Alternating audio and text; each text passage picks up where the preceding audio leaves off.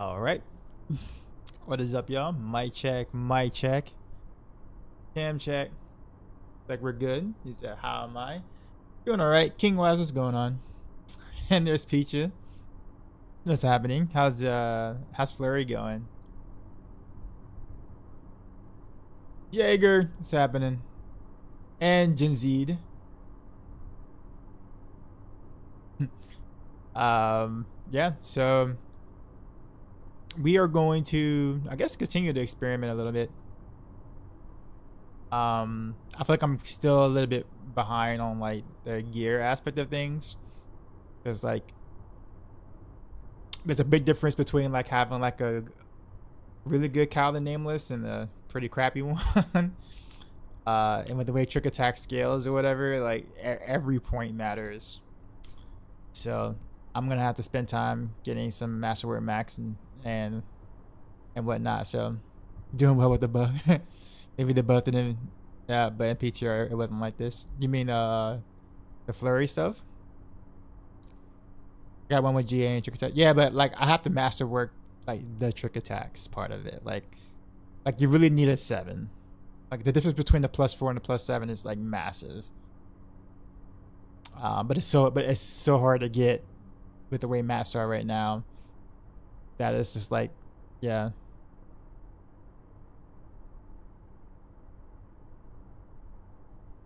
Now, if you have a GA in unstable elixirs and trick attacks, that'd be different. But I do have a GA trick attacks one already myself, actually. I guess only got one masterwork crit on it, so I don't have the master. I don't have the mass to continue to try to keep masterwork. So like nowhere near. So I wonder if everyone is using macros for evade.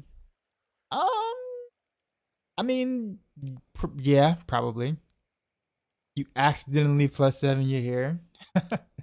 That's the thing. Like the hair of perdition. I actually tried that helm for a bit. And like the not so good. So the cow that was like 8 out of 12 masterwork cow was definitely better than the 12 out of 12 here.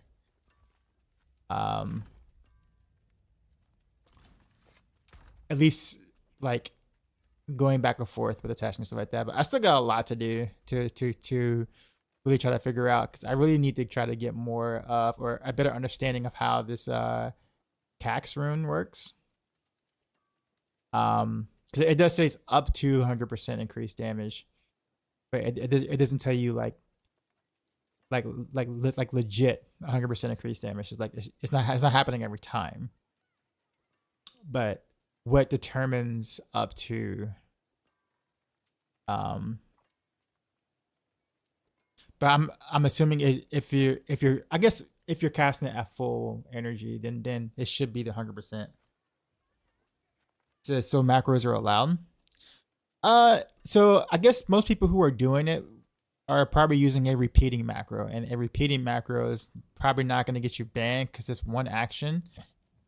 Matthew, what's going on YouTube? Because it's one action per keystroke. So as long as you're not like doing 3 or 4 different actions per keystroke with the macro, then generally speaking, they're not going to do anything. It's when you try to do like a bunch of different actions with one keystroke is when that starts. I'm gonna say that's kind of when they have more of an issue with it. Again, I'm not promoting anything at all of any nature. I can just tell you from what I guess from past experiences of knowing how they went about stuff like this, that usually the one action per keystroke is usually allowed, which is what you would call a repeater macro. Does that make sense?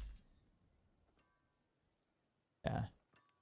So as long as you're doing that, typically you'll be on the safe side. But again, like I said, I'm just a messenger. Void Walk, what's going on? Got to hear what Geo and Lucky hit and got all 3 masterworks in the 2, and I'm running Barrage. So is that best in slot or not? Oh no, well no, we're talking about like No, I'm gonna rapid fire right now. What you got right now is best in slot for Barrage, by bar none. Now, what I was talking about is for rapid fire. Two different builds. Remember, Barrage is victimized. Rapid fire is precision. And so trick attack. So the Kyle the Nameless Helm has a much bigger play for a precision build than a victimized build. So no. Keep doing what you're doing. You have the exact right helm with the exact right GA on it. So congrats. I do too, actually. So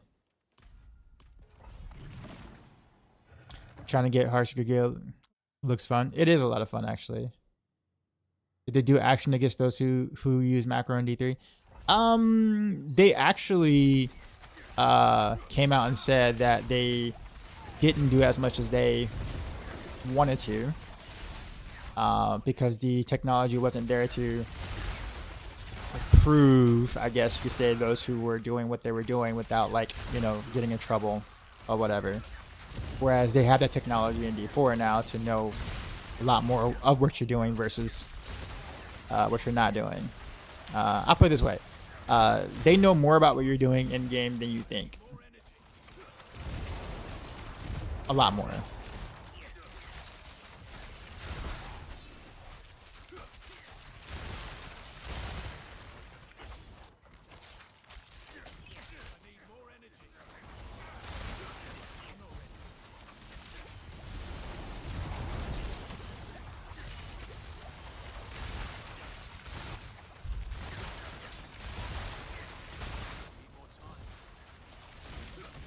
I made it myself already.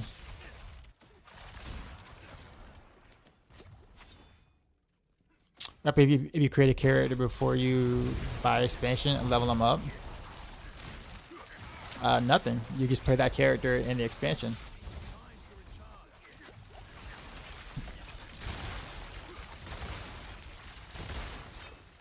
I don't think you have to make a new character or anything. Oh, you mean do they come in a campaign leveled? If you're playing on the Eternal Realm, probably, yeah. If you're playing seasonal, no.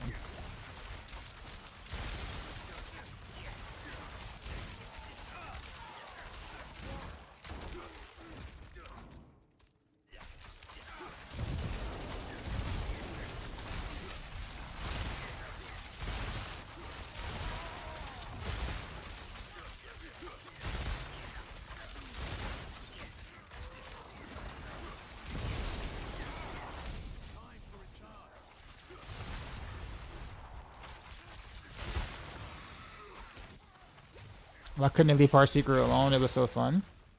What's wrong with it now?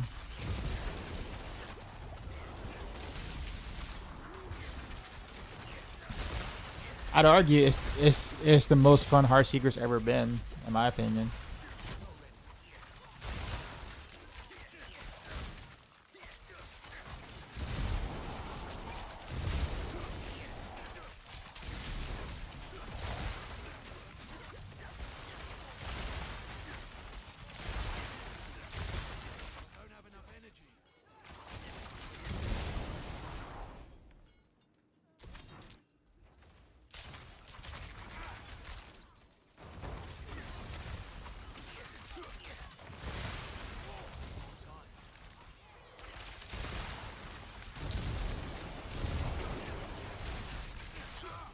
Messed up.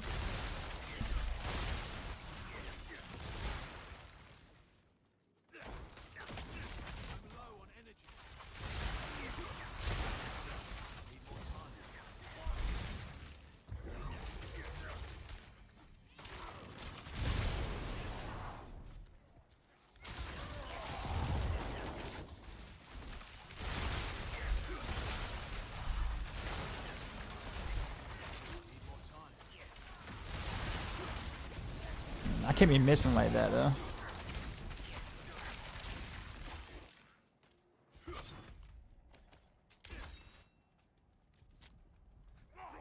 So my current of course is non-GA, and I got one today, which is your current 8 seconds, and the other one is 6.3 seconds. GA and subject first cooldown. Which one should you be using? typically speaking, you want the longer duration, so you want the 8-second one. So I would honestly use that, just because you're gonna have more uptime on it, and that's gonna mean more output for you.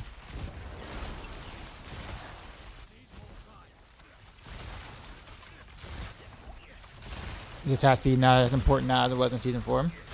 I mean, that depends on the build. Like, that's not like a generic statement. Like, it depends on the build you're playing.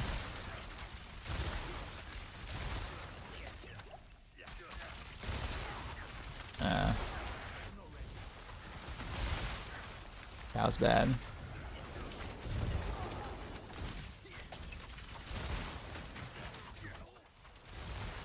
Barrage is still very important. Yep. You still want to hit the nice frames. Actually, why is this taking as long as it is? Other than the fact that I know I'm using You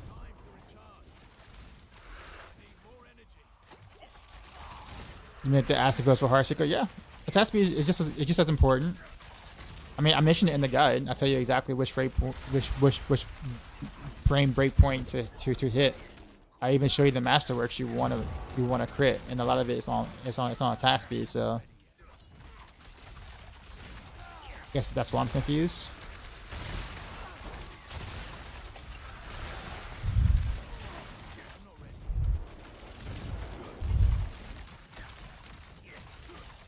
God, this is really bad.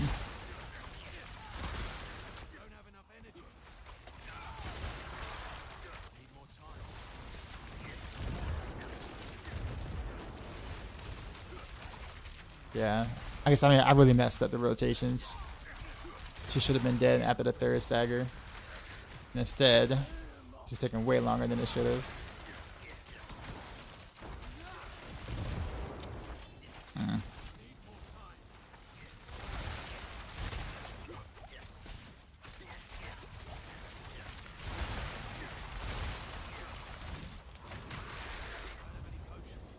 And I have no potions left.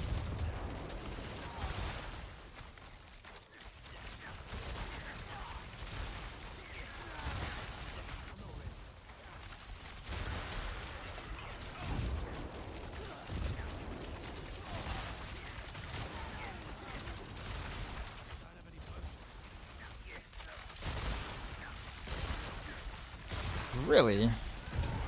Really right now? Come on. You gotta be kidding me.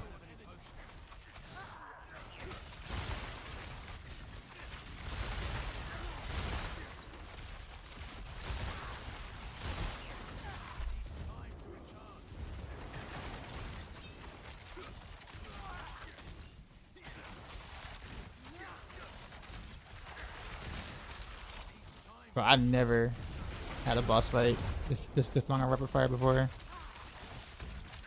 I must have really messed up the stagger, like really bad, like really bad. That was awful. How do you make my Heartseeker shoot more than one arrow?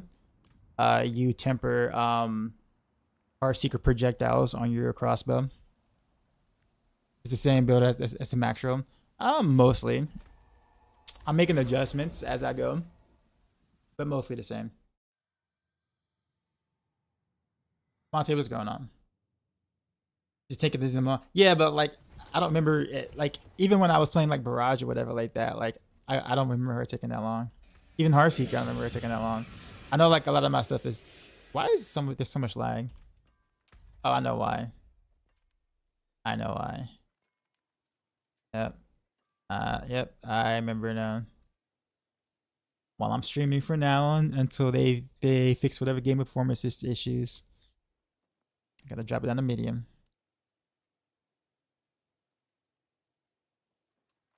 I really appreciate you answering these questions. You try and search on the internet, you get 6 different conflicting answers.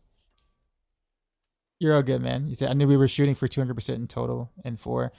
Yeah, but you also got to remember in 4 we were using the bow. Now we're using the crossbow. So the amount of attack speed that we need is going to be a little bit different in terms of the breakpoint we're trying to hit. Doesn't mean that it's not as important. It just means that like the breakpoints are different for a crossbow than it is a bow. You like the Heartseeker stuff? Awesome. Heartseeker is probably still like one of my favorite builds to play. What do I want to do now? I think I'm gonna keep swapping stuff in and out. Let me swap back to Perdition. And then cry about why it's not as good as Cal when it should be.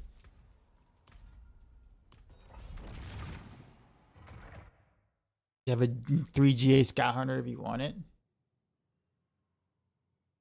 I mean, my Scout Hunter is pretty good. What's the unique affix on it though? That's the most important part.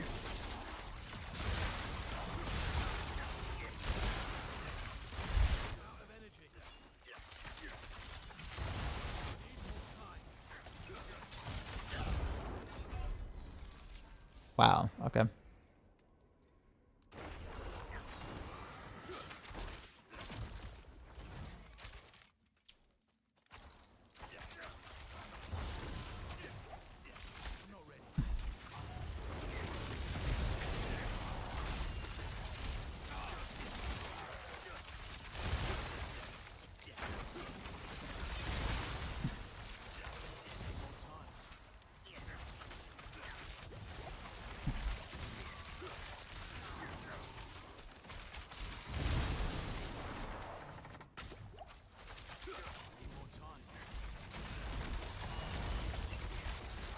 Right now, the biggest thing is my amulet. My amulet's really bad, like horrifically bad.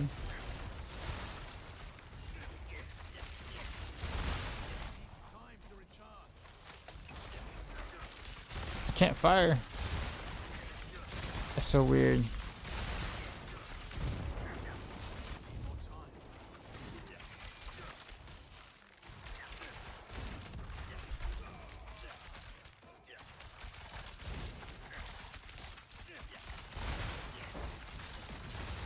Yeah, I think I'm gonna get rid of that rune. I cannot. I have such a hard time playing around it. Like right now.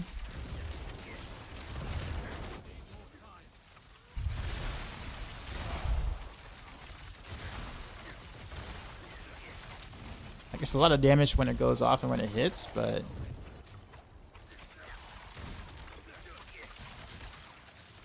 sometimes I can't even fire a rapid fire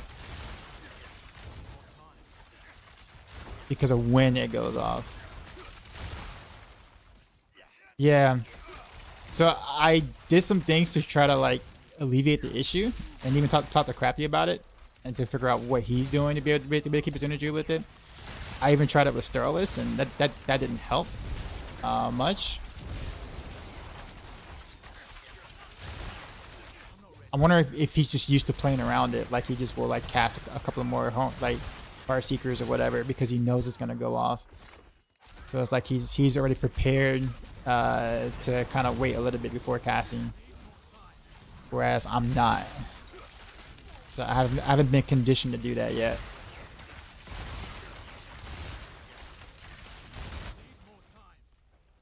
Either way, like that feels really clunky to me.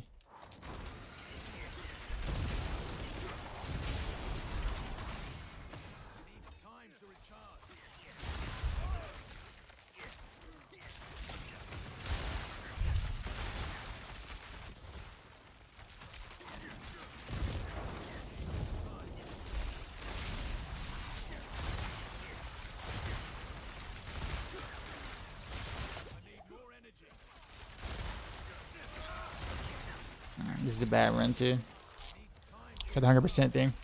I mean, it's strong when you can get the proc a lot. It's strong, but man, it does not feel good to play around.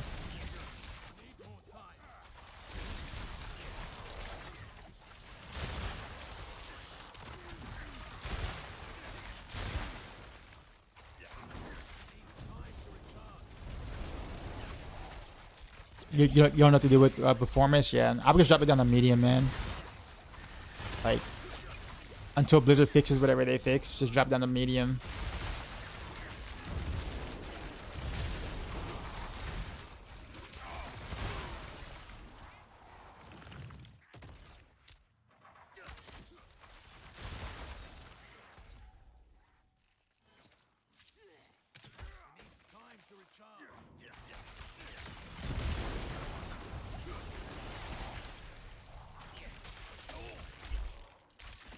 Yeah, see, I can't fire right there. Yeah, see, just I lost like 2 attacks.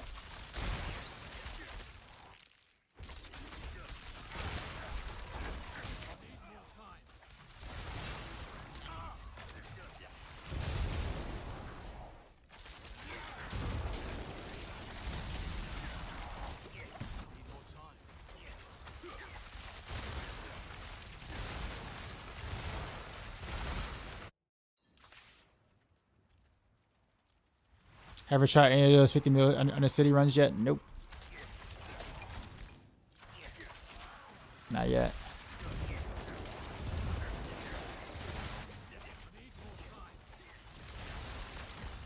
So you got a GA Frigid, but roll exploit trying to get Malice. That's a really good start.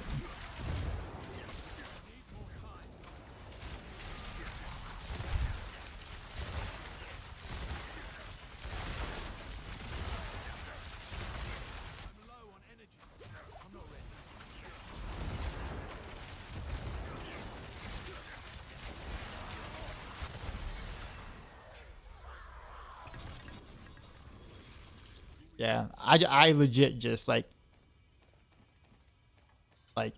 just have 0 energy when that happens, and sometimes I still run into that evade rapid fire bug thing, crafty, and that also like that on top of being sucked out of energy at like the wrong times means I end up losing damage versus actually gaining damage for what I'm trying to do. And that becomes annoying to play around. Like really annoying to play around. It doesn't help that my parts of my gear are pretty Papega, but still. Actually, wait a minute. What's on that other ring I just replaced? Should be okay. Good.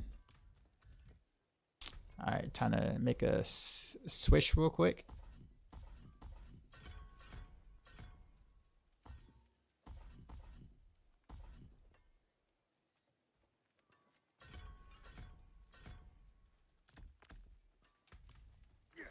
That's pretty much it.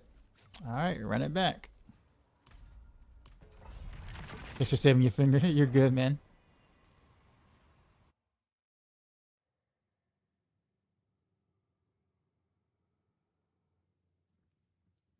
When do I cast Barrage on Heartseeker? You don't.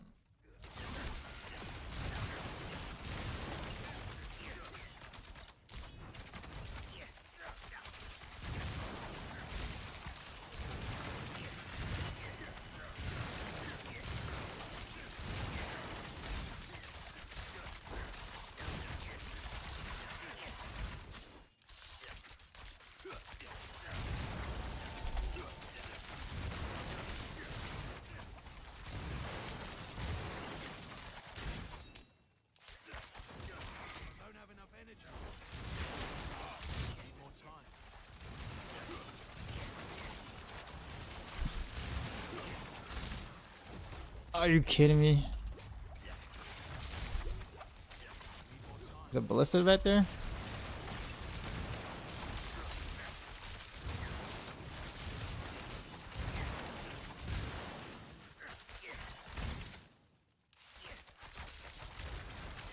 See right there, my rapid fire didn't cast at all, but I evaded, and I lost energy, but it didn't cast. What causes that?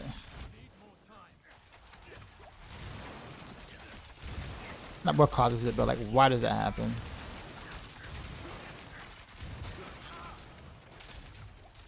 Same thing right there.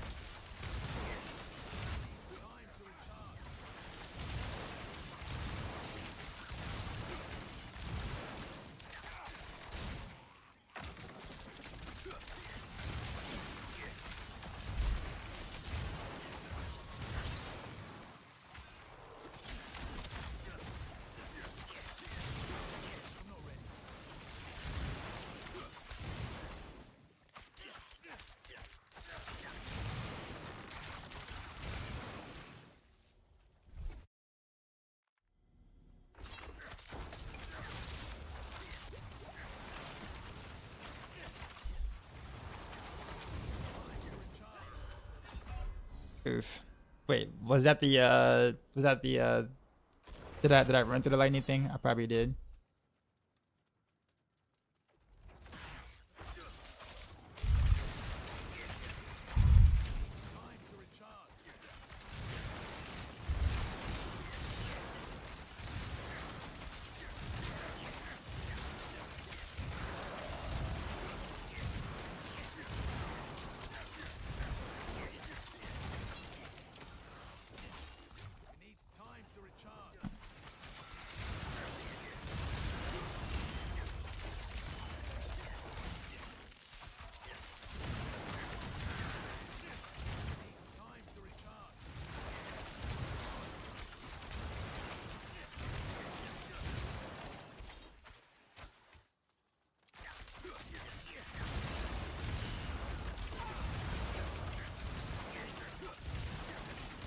I don't think I used cow traps once yet.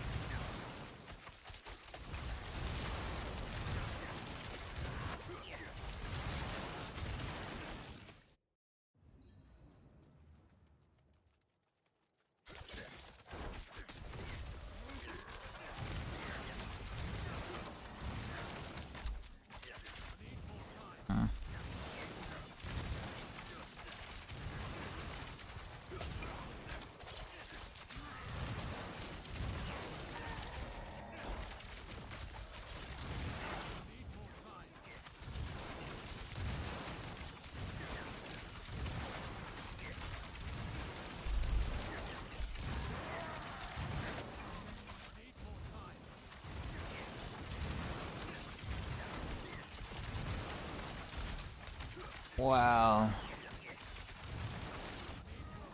Only half health?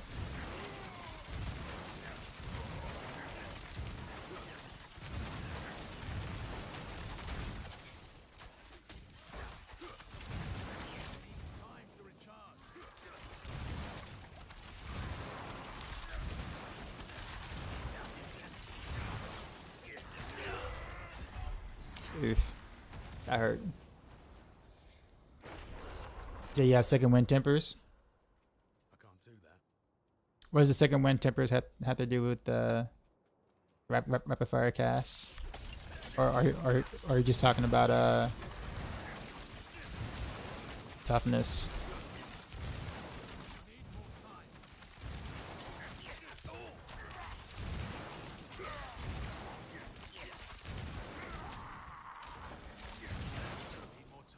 Oof.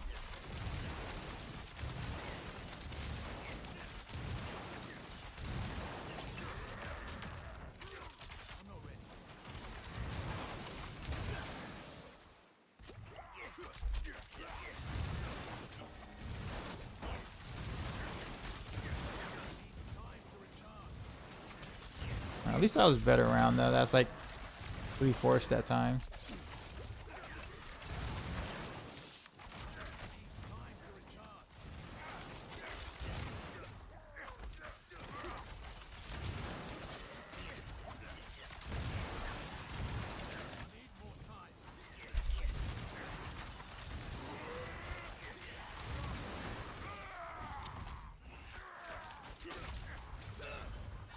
Wait, what? I must have not seen that last attack. You just got a GA like you on the mythic count? I usually don't die to this dude.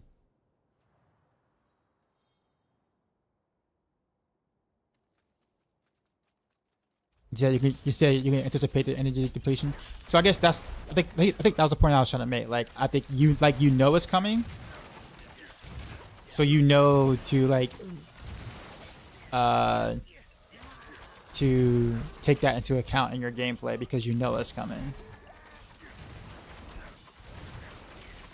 For me, it's kind of a guess almost when it happens, just because I'm not using those things yet because I can't cap my armor or res doing the combo that you're doing. Like, I literally can't do it with the gear that I have.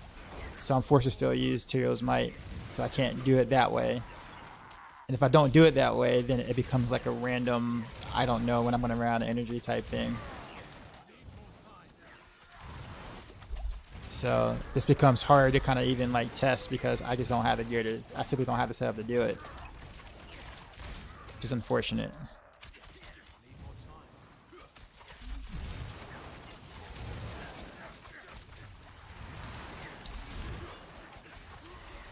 So I'm trying to do like a workaround where I find a different way to proc the basic thing, which I can actually do pretty consistently depending on the situation, but I can't time it as if like, oh, I know what's coming kind of thing.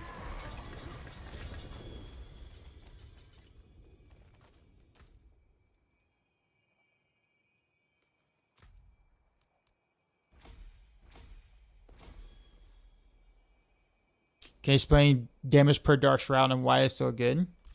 It's really not that good this season, actually. So, like, I don't know any rogue builds that, at least at the moment, that are doing that.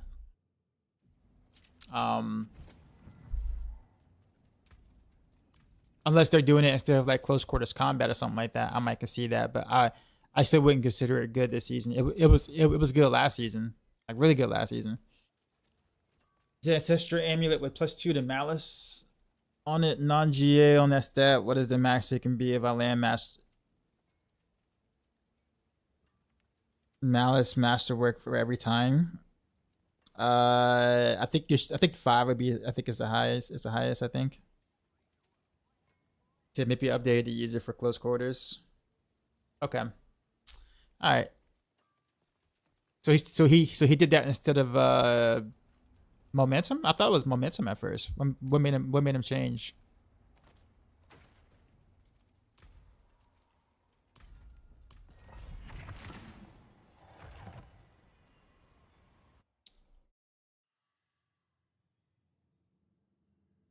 When not staggered? Okay, well, I guess, yeah, that's true. But I mean, I guess at that point, does it really matter?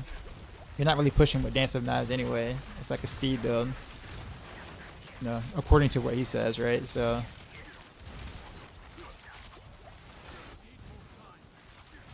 You should be able to kill everything you need to in like one or two staggers with the beefed out Dance of Knives.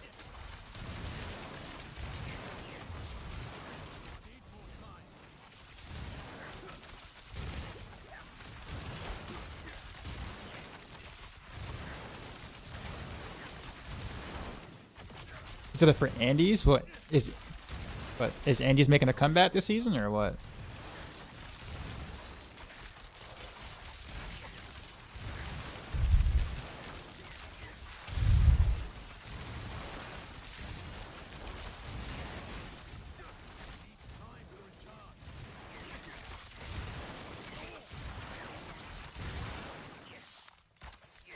And is he working like vulnerable? You mean victimize or what? Oh, okay.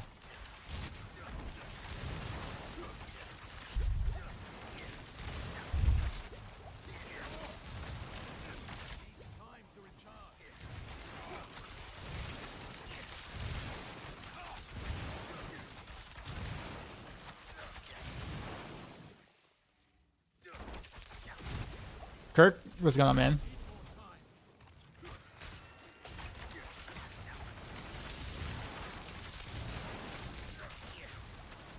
What are you running on your amulet, Crafty?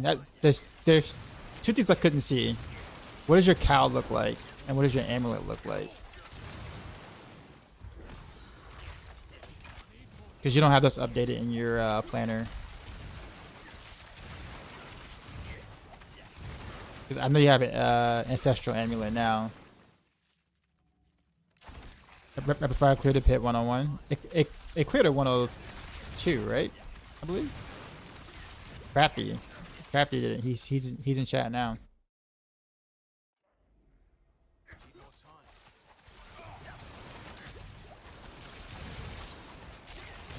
And you tried to run a Rails build yet? No.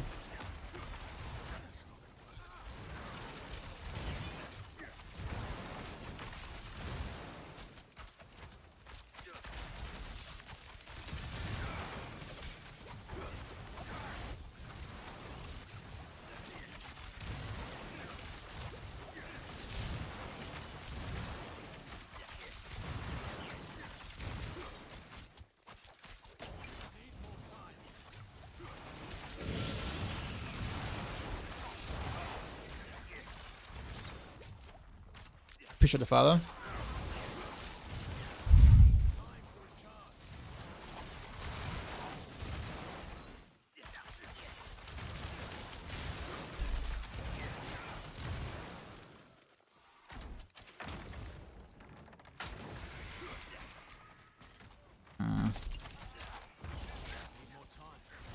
That's a rapid fire thing again.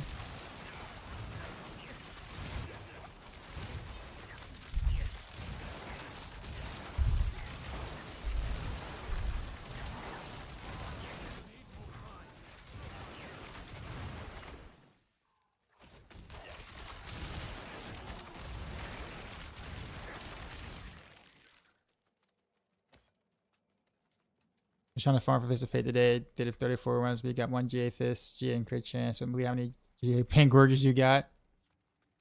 Oh wow, dead end.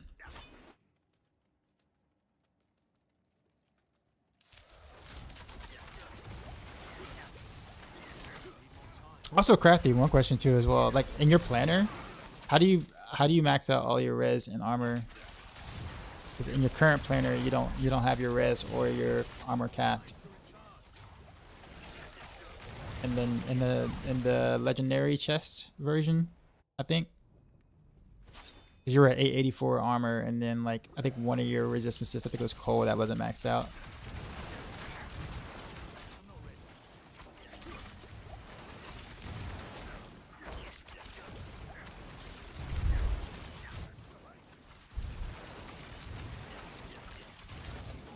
Soothing spices in chorus. Okay.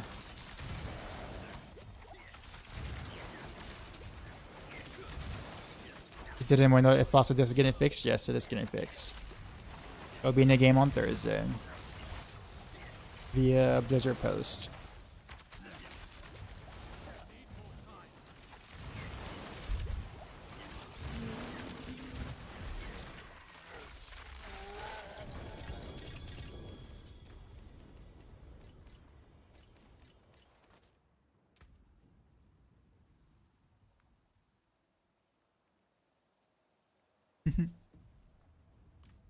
Not that. Okay, you sent me something else. That's what it is right there. Okay. Because I was looking at some of your damage numbers on the stream earlier. I'm just like, how is he This is your amulet here? Why did I think it was GA? I swear I thought it was a GA one. But nah. Having 7 ranks to trick attacks is absolutely insane.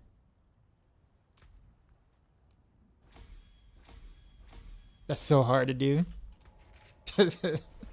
I had it last season though. It's funny. I actually had the +7 trick attacks on my cow like last season. Actually, pretty dope. Like I ended up getting it like early too. Like I think it was like the 3rd or 4th masterwork reset, which was like crazy. Which builder like the most out of the rogues? I don't know honestly. Probably Heartseeker.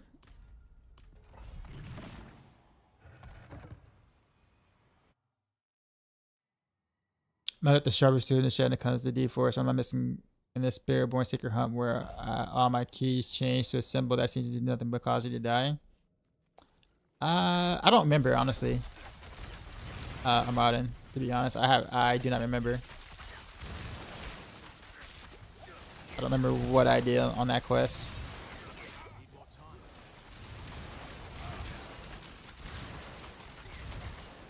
I think it's the quest you're talking about, right?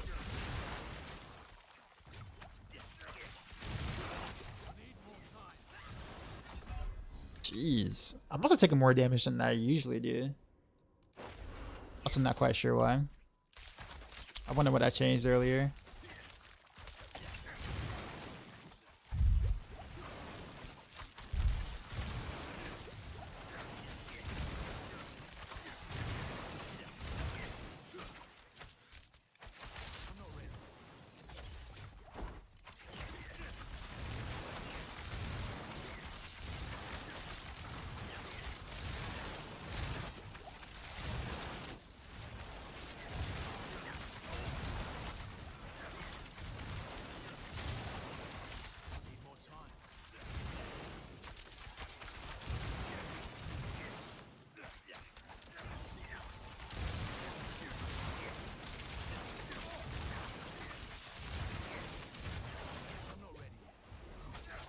Barrier.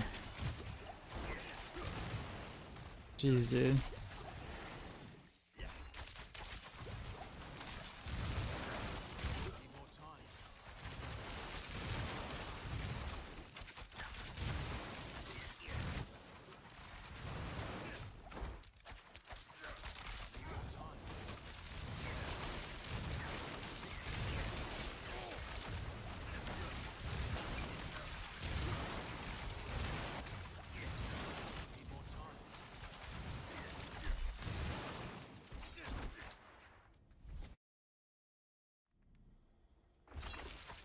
Kathy, how big of a difference did you notice between your +7 trick attack cow versus the perdition helm when you were messing around with it?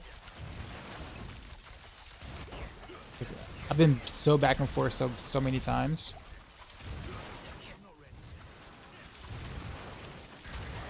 And like my cow is only a +4 trick attack, so it's like it's kind of harder for me to gauge.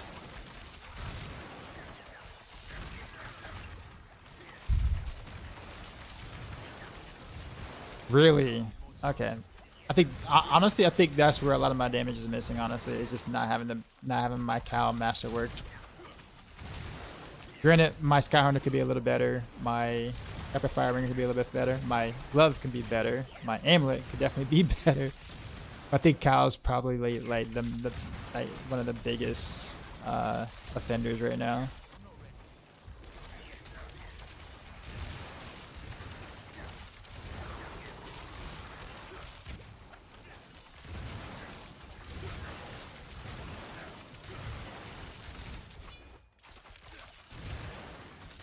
I wonder why it's that big though. I mean, I understand the trick attacks calculation bug, but that's just insane.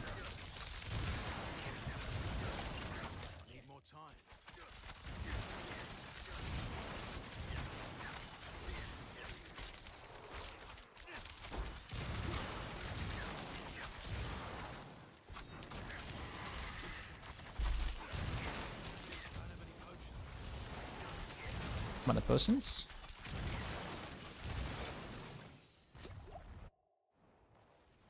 Have I tried Twisting Blaze? Nah, I don't think I will though this season. Maybe if I get bored enough, I might.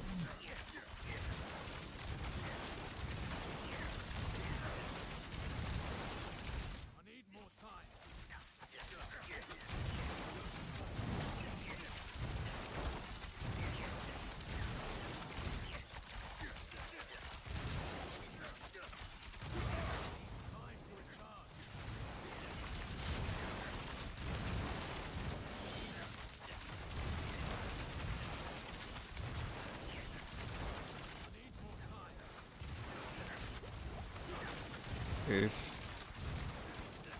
3 staggers wasn't enough, huh?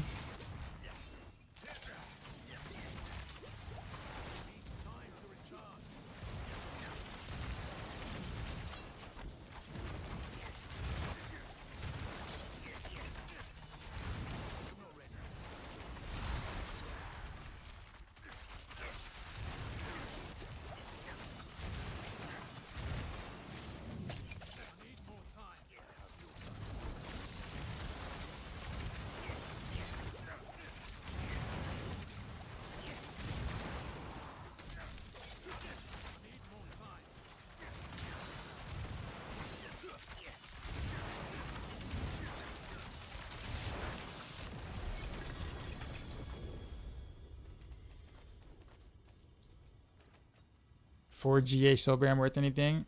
I don't think so.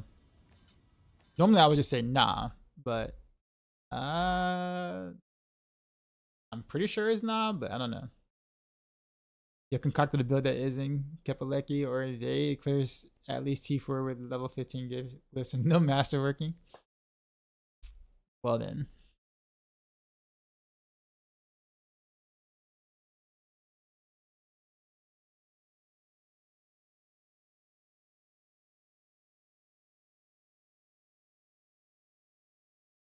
I don't like the I don't like the boss fight. Which is the weirdest thing to say on rapid fire.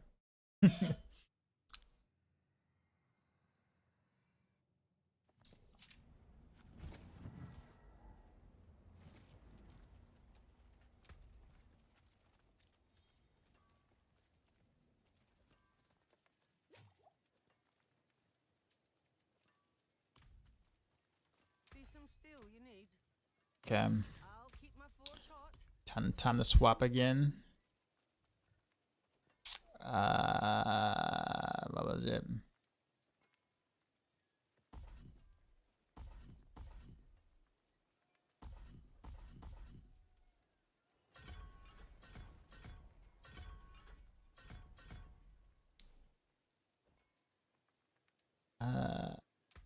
And there's what, gear, two gear pieces.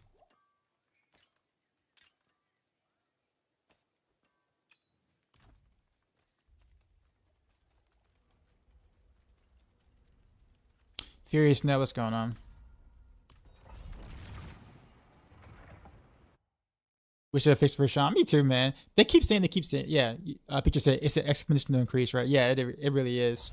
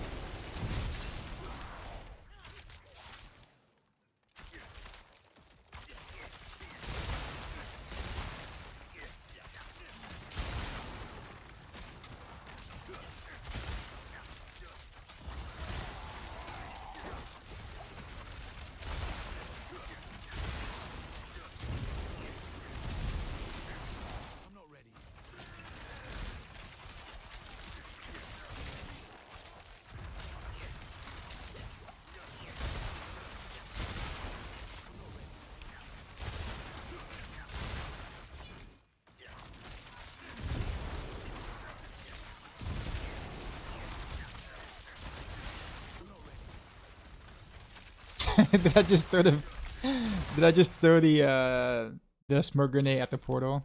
You guys didn't see that. You guys did not see that.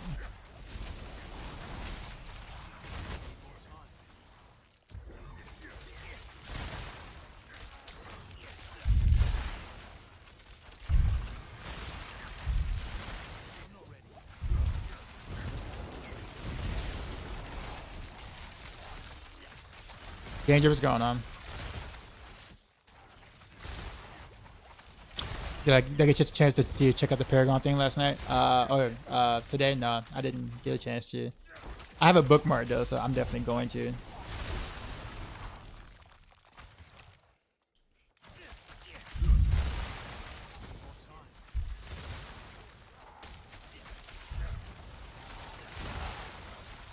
Finally getting a couple of hits over 1 billion now.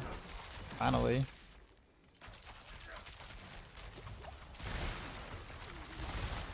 Situational, but still nowhere near where I know it can be.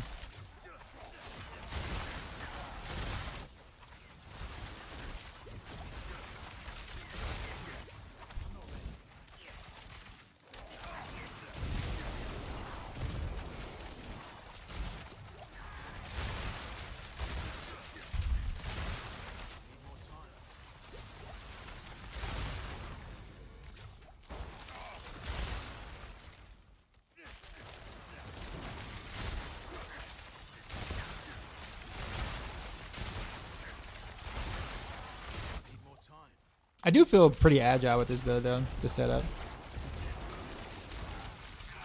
I don't feel slow, like sluggish or anything. Did I go the wrong way? Are you kidding? I didn't kill enough?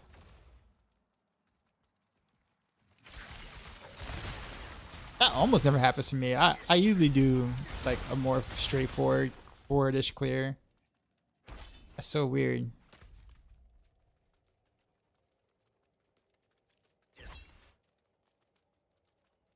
I'm not gonna backtrack. All right, well, we go back.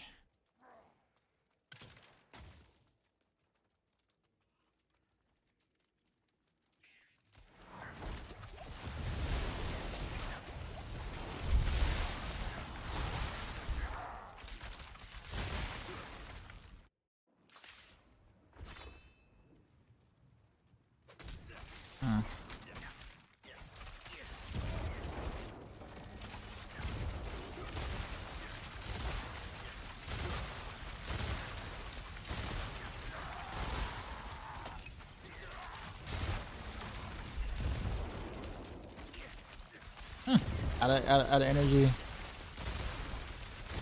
Okay, this is bad. This is really bad.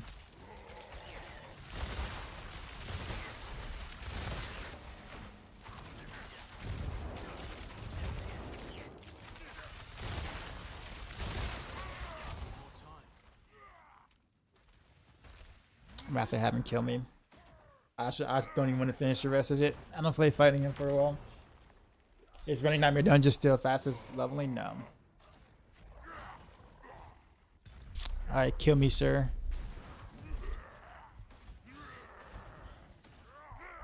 Come on, you can do it. You can do it. There you go.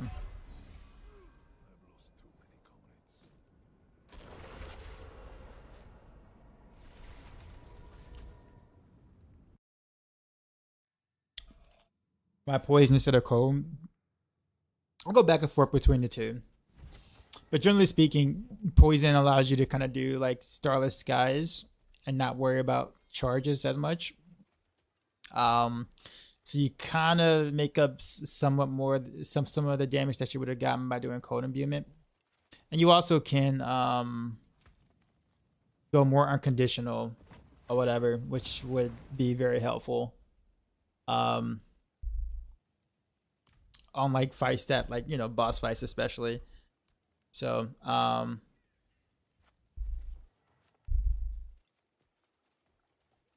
yeah, I think if you go poison, you need considerably better gear to make that work, to make it feel good.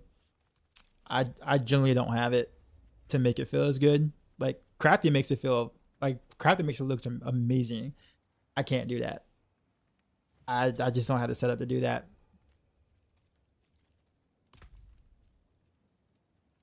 Like, I mean, you definitely have to have a Starless to make that work. Oh, whoops. Appreciate you, sir. Let me favorite these real quick before I mess anything up.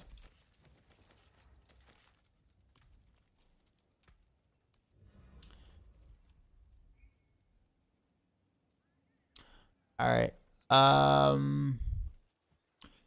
So there's something I do want to do. This isn't going to really work out too well, but I'm just curious of the idea of it. Because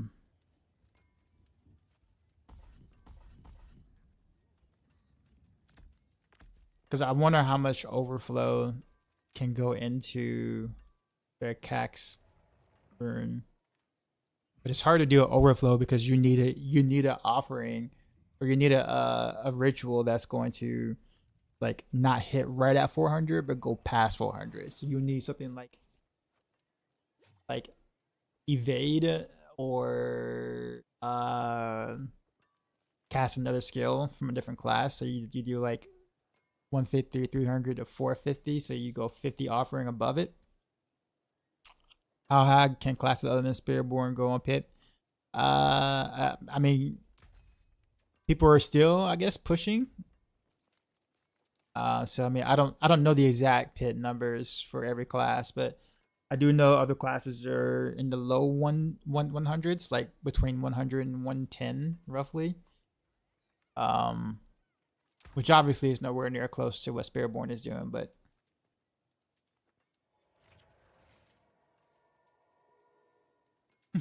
people tend to not know that you hang out here, Crafty.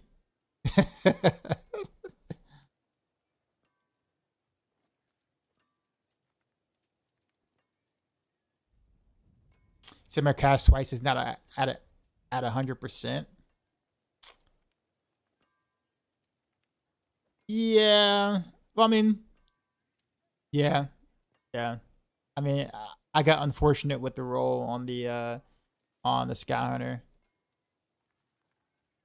I mean, they. I mean, I can't pick and choose, right? I mean, this is the best Sky Hunter I got.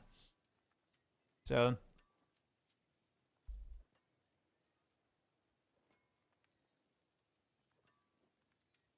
that's why I had to roll it here as well.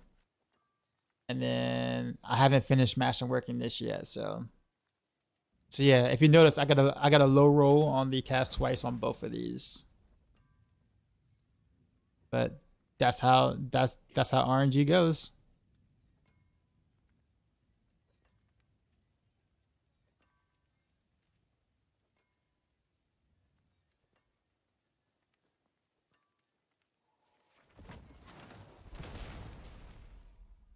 You heard on Paris gaming video.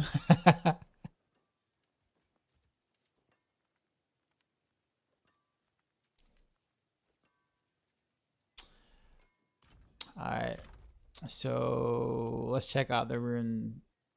I wanna check out something. So this is gonna get rid of my Dark Shroud on the thing.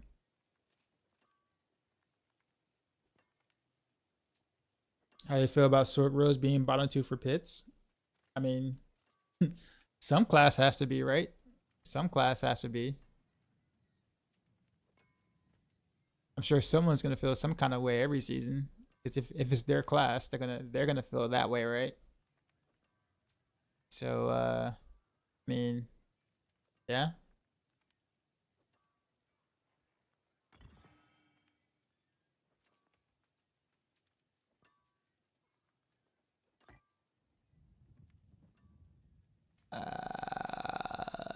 Let's do this here and let's do Mani. It's already here, right? Yeah, Mani's already here. And all right, I want to see what the over offering or whatever is, how that feels.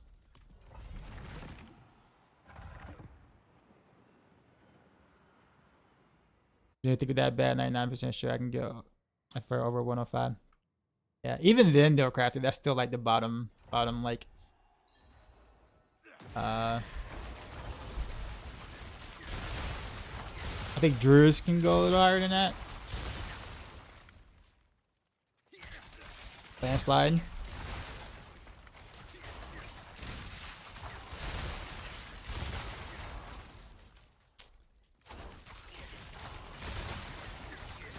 And I'm pretty sure Sword probably as well.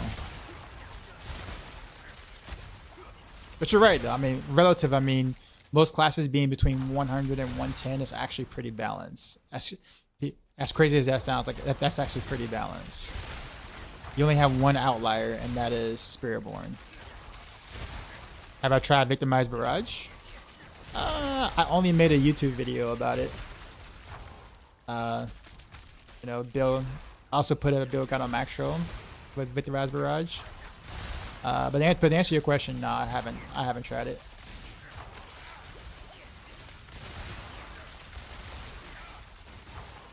What's going on there, Flux?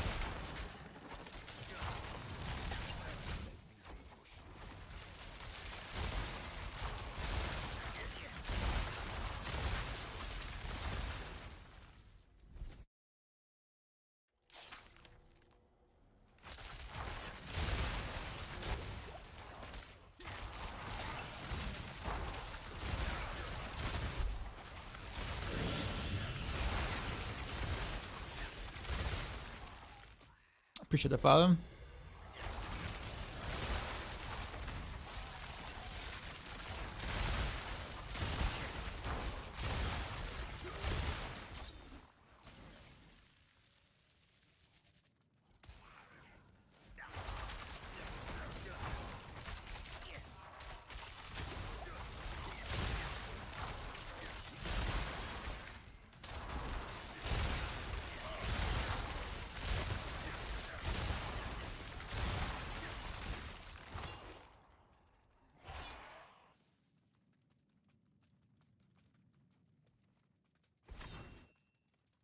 People submit their runs. You can post on their currently board load. Right now, there's Sorcerer in row. I do want to also make it clear, Blood. The thing I want to make pretty clear too as well is that I think there's. You also got to remember that stuff like this, data kind of gets a bit skewed because, for one, not many people are playing other classes outside of Spiritborn, and two, how many people are actually pushing as far as they possibly can on said builds on these other classes, aka not Spiritborn, right? So while the current data says what it says, it's only been like a week into like the season, and there's like maybe a handful of people actually trying. So there's millions of people probably playing the game right now, and like maybe 4 or 5 rogues maybe trying to push, or like 2 druids actually trying to push, or like, you know, maybe 3 sorcerers actually trying to push. Like, the sample size is so tiny that like it's difficult to get a hard accurate representation of what a class is really doing, because not enough people are making the attempts to do so.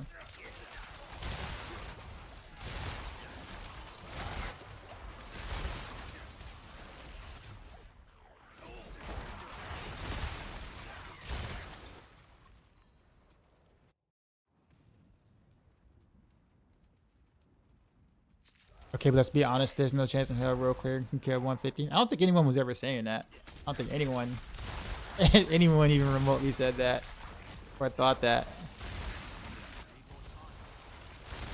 There's no way in hell any class is clearing 150 other than Spiritborn. Like, not even close.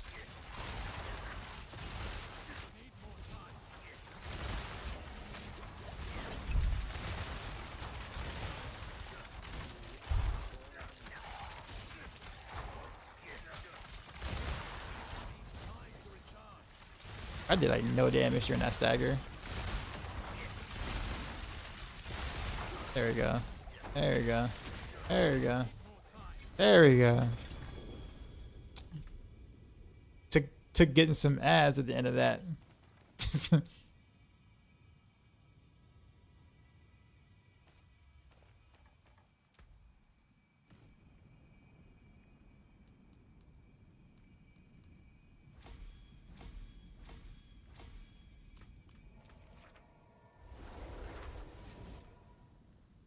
have to go get those barbs. Where's barbs at anyway with weapon throw?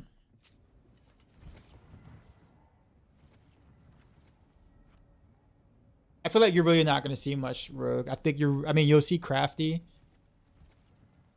and you might see like Zerai, maybe, and maybe one more, maybe, I don't know. And that's really about it. I think the reason why, or quite a few reasons why. First reason is Rogue's not Spiritborn. 2, Rogue's push build is a build that's been done and not new, so people aren't as interested. And 3, people don't like rapid fire as a push build as a whole. People would have rather Dance of Knives been that case, but obviously that's not the case. Whereas, let's say, and the reason why I say that is because if you look at last season, rapid fire obviously was the best push build on Rogue by a significant margin. You saw a lot more players playing Andariels, right? And you even saw people, you know, playing Heartseeker, in terms of like their main builds, but you barely saw any rapid fire players in general, despite rapid fire being the strongest build. Yeah, Barber's at 110 at the moment. I think Barber hit 130, 140 range. I don't know about that. Like the jump between like a couple of tiers is like massive. Like where is Barb's getting like 700x more damage to be able to do a 130 or 140? Like if they're doing a 110 right now and they're kind of close to being max geared, then like you're looking at maybe them topping out like around 115, 116, like best case scenario, Korean gear probably. Yeah. Like each tier of pit is actually massively like a massive amount of health. It's not like it used to be in the past. The preparation fix would be dope for a Dance of Knives. Yeah.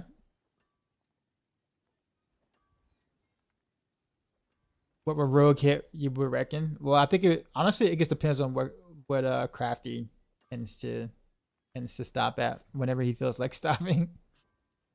Um, I think he feels like maybe 105, 106 roughly with the Shroud of Fate,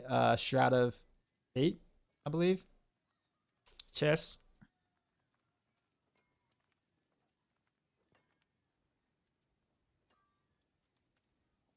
Is double health every 4 pits. Yeah, exactly. Petitions, what's going on? Barrage victimized could be better though than rapid fire for pushing. Probably not. I'm the one who made a video guide off of that and the Maxroll build off of that. I can tell you that that's probably not the case. I think Barrage victimized is a good pusher. I don't. It's not gonna outdo rapid fire though.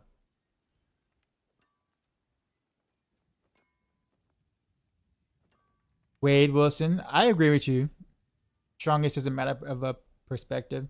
I wouldn't necessarily say it's a matter per perspective, but I think the idea is that like the question I get a lot of is that like is this the strongest build or is that the strongest build? Because the assumption is if you're not playing the strongest build, you cannot do the content, or that you're going to struggle in said content or whatever, and that's the perception. Which isn't really like the truth per se, but it's just like that's a perception. It's like, well, I play the strongest build, I'm guaranteed to do T4, right? Which the reality is most builds on most classes can do T4 comfortably. Obviously some builds are going to do it easier than others, but the only difference is really between someone like the top builds is just how high you can go in pits.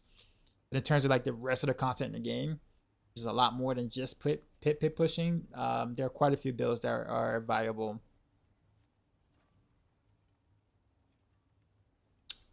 All right, parents. Fair.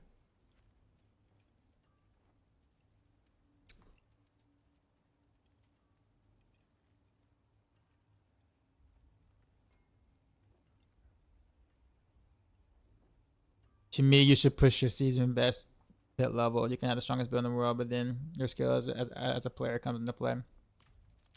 Up to a certain point, yes. Up to a certain point, yes. The game doesn't allow you to showcase a massive display of player skill. I think there's player knowledge that can be a big difference between like one player and another. But player skill and in an action RPG, I mean, there are skilled players, but the game itself doesn't really allow you to demonstrate a lot of skillful play because it's just not necessary. It's just not necessary. Like in this game, it's just not necessary.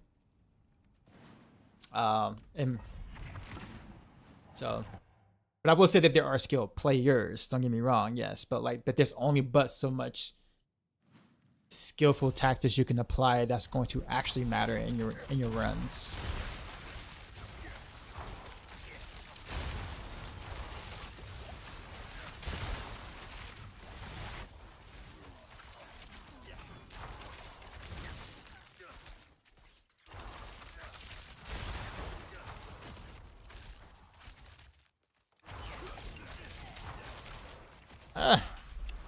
That's 3 times I did it. What?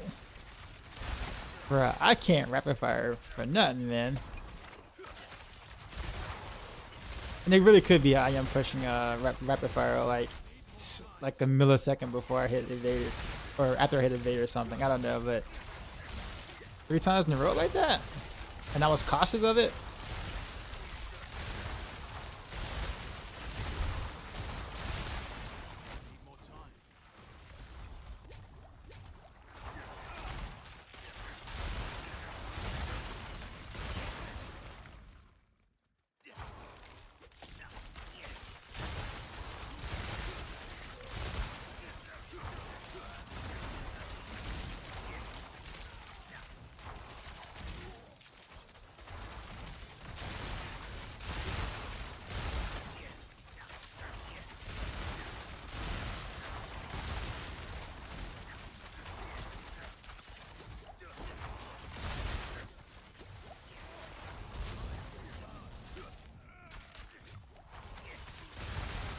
Well, I keep doing that way too often.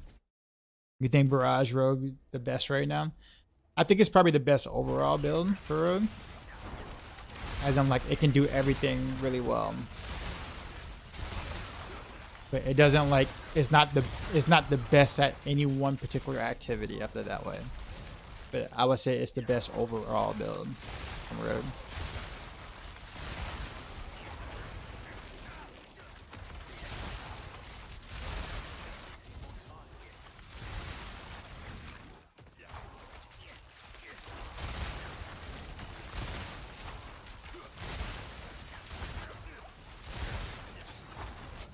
Brock just felt like it lacks damage. Why do you say that? What do you find yourself struggling in, up it that way, for content? Waller just ate my whatchamacallits.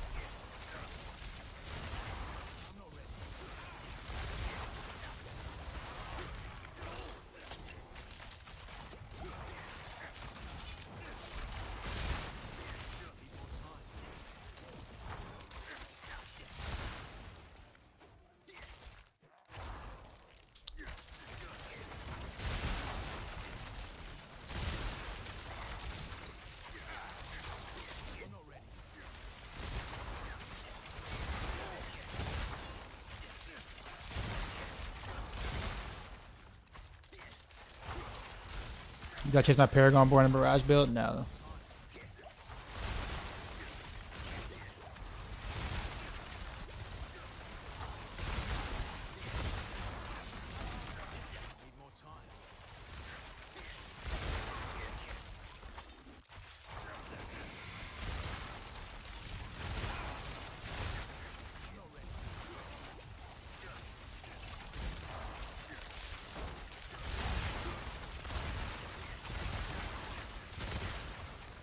Playing mostly T4 content and comparing to Spearborn, well, that's your problem, sir. Hey, I'm driving a Honda Civic, but compared to Lamborghinis, I'm just not fast enough. So obviously Honda Civics lack speed.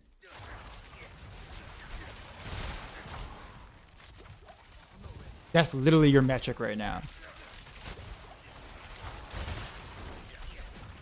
Every class is that way. By the way, Turtle, every class is that way. Every class feels exactly the same compared to Spiritborns. So if your metric is, well, I was playing a rogue build and my Spiritborn was doing this a lot faster, well then yeah, of course, yes. That's the case for every class in the game.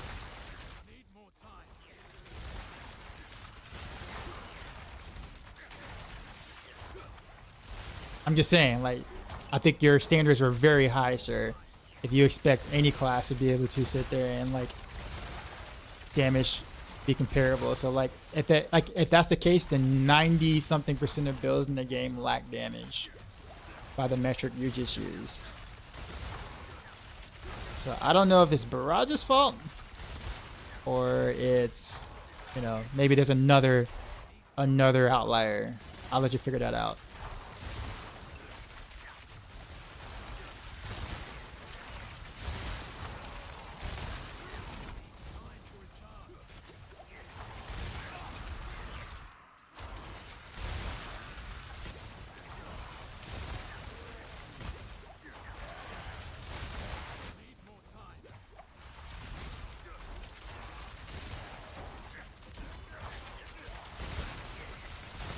How long have I been testing Ripper Fire? Not long.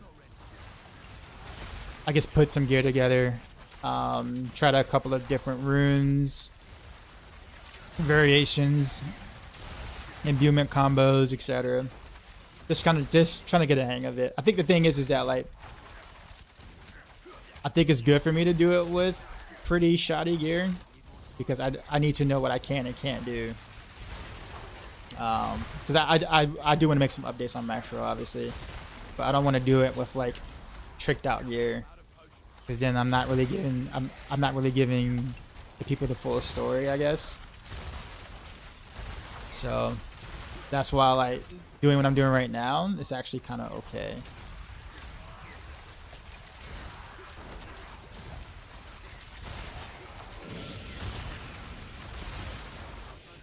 Appreciate the follow.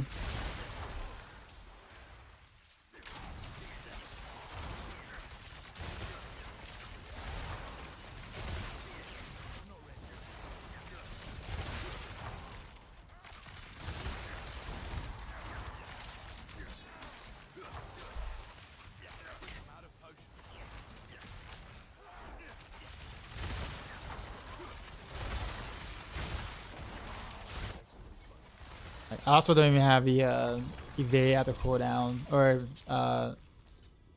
cooldown evade boots at all. Although Crafter just gave me a pair. But I want to do that for a different setup though, not like the main setup. But I can do this. I don't know if I want to do this without the movement speed for speed farming though. Like for pushing, fine. But for speed farming, I'm gonna want the movement speed. Maybe I roll movement speed on it, speed farming, and then health on it later. I guess. For another $40, you can have a new DLC that brings all classes in line with Spiritborn. Why do you think they didn't address any of the bugs making Spiritborn OP in the patch this week? Well, I mean, they address evade, right? In terms of the other bugs, though, I don't know what they're gonna do with that. Just so far, how's it feel compared to Barrage? Well, the burst damage is amazing. I actually like Barrage against bosses better.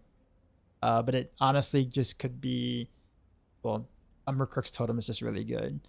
With Barrage versus bosses. And two, I think my Barrage gear is better than my Rapid Fire gear, so it's kind of hard. It's not fair to make that comparison quite yet. But I do like deleting like elite packs in like one rotation. Like that always feels good.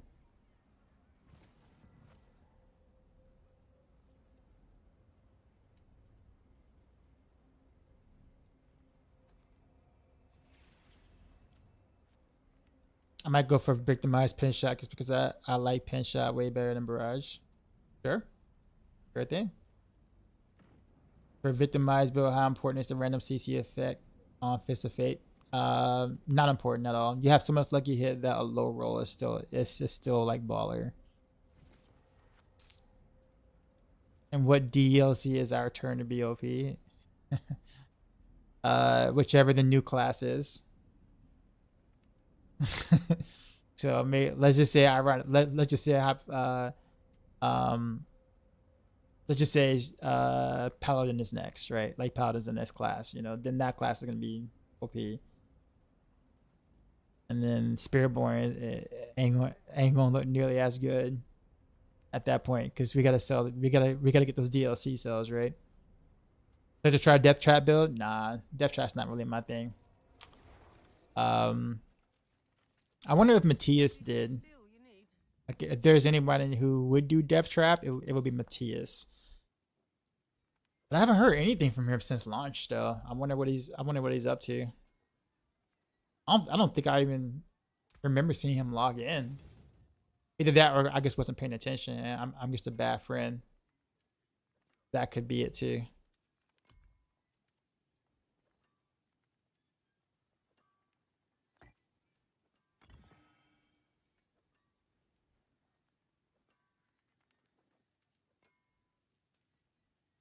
I'm gonna do Warcry this time.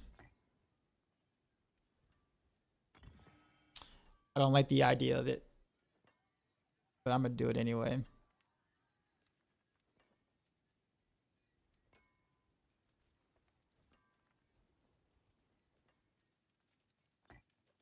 I actually made pretty good use of this rune. Played Death Trap prep pretty decent. You played a dispatch? Like this season? So Rogue is out of the equation already, pretty much. Rogue was OP season 1. I mean, I would say, OP. I don't know. I think Bone Spear was definitely stronger. Like, there were definitely stronger builds than even Broken Twisting Blaze was. But Twisting Blaze was a very good build then too. So My hammer sings on your return. I kind of wanted repeating again.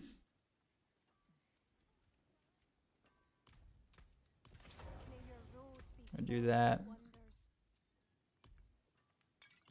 I go back to Dual Imbuement because I cannot cast Rapid Fire without an imbuement. If I do cold, that is. If I do poison, I don't have that problem. Of course.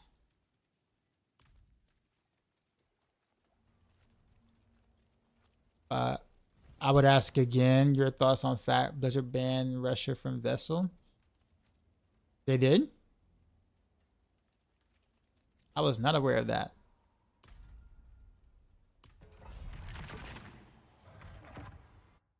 I swore I would have heard that from at least North War. But yeah, I had no idea that's the case.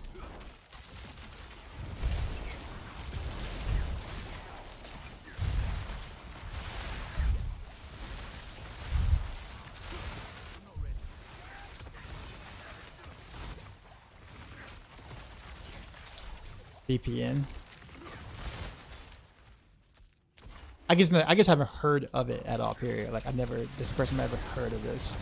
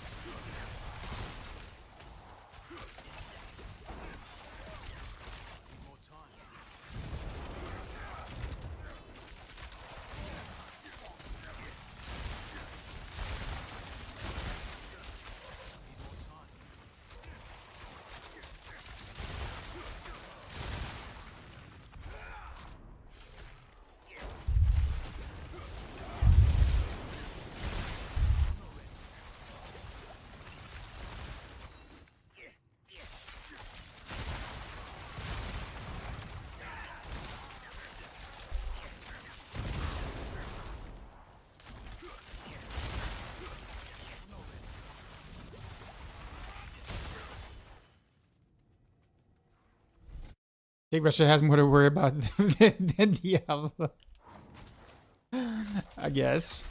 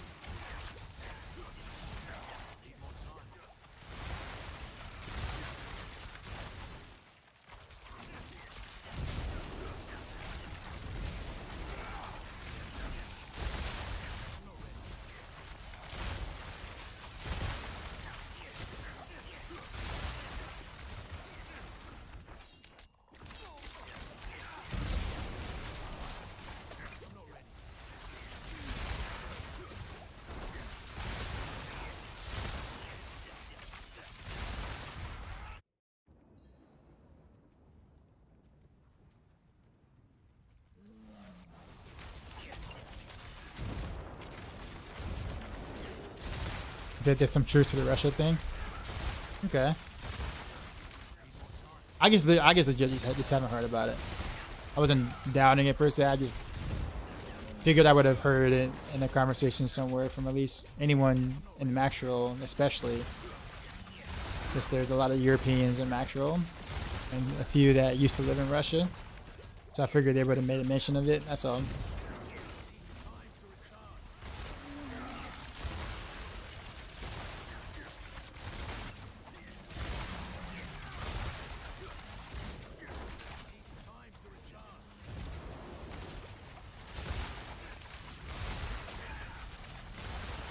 It is a bad venue for this discussion anyways.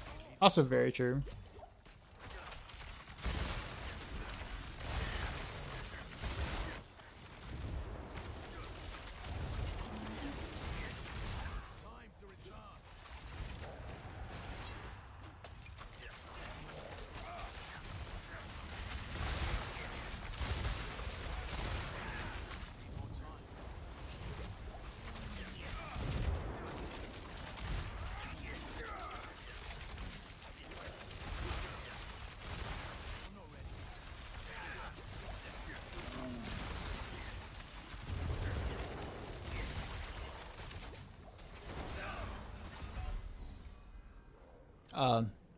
One of the Bloods must have blew up.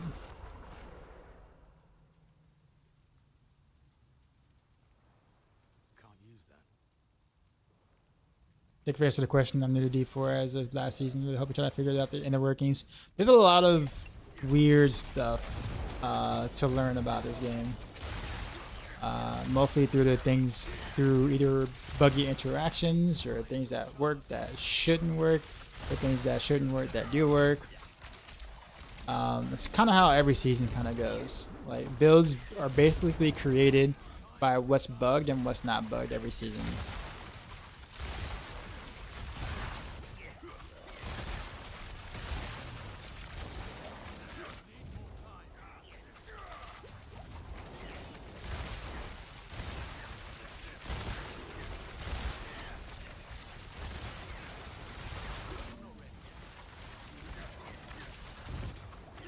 Wow, I didn't even deal half his health. 3 staggers. Oof. I could make some Paragon adjustments though. I tried to adjust it for a different setup earlier and thought I could maximize my res and I couldn't. So I actually need to change those things back.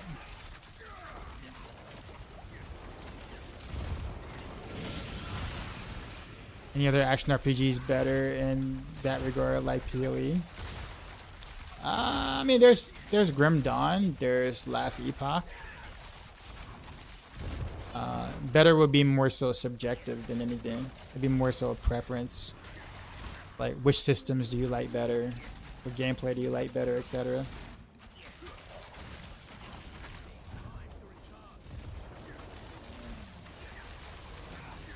This is painful.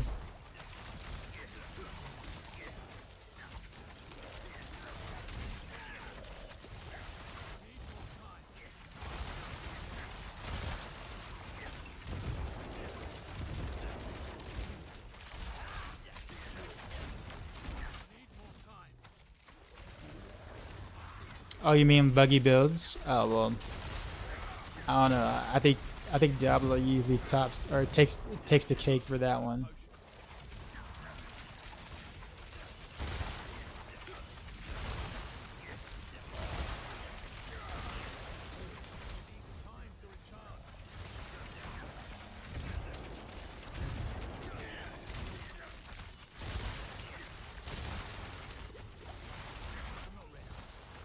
Yeah, I gotta go the other room.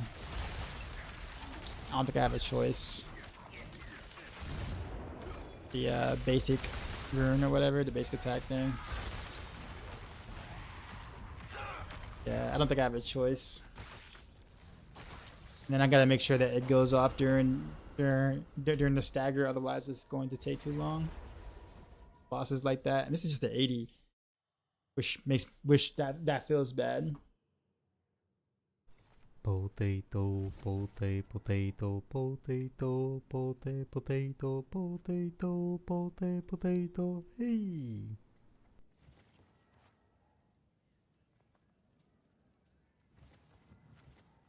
What's up, Decoy? In honor of Blizzard's bug fixing day.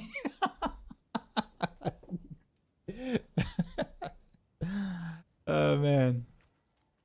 I mean, no comments.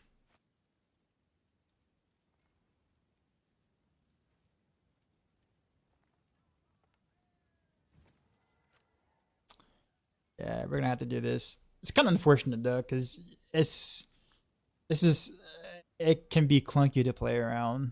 I'm gonna have to get used to it, but I, I just have I have a horrible feeling of trying to explain to people. Like if I do this and let's say I make a video out of it, explaining to people what you have to look out for to make sure that you can do said thing. And I already know there's gonna be a lot of, well, I did this and all of a sudden I'm out of energy and I can't attack. I don't know what's going on.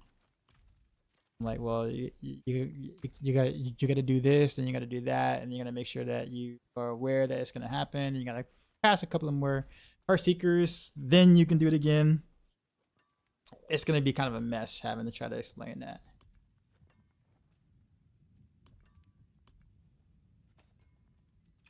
All right, back to poison for a little bit.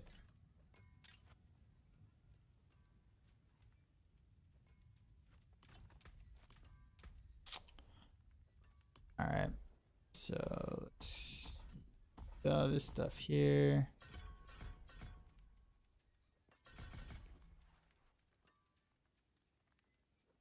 Also, I got points in there. I shouldn't need to. I don't know what I got points there for. But traps, right? Yeah. Starlit Skies. Rapid Fire. Okay. Oh yeah. Paragon board. It's not a bug, it's a feature. Right, let's remove all the extra all-res stuff I picked up.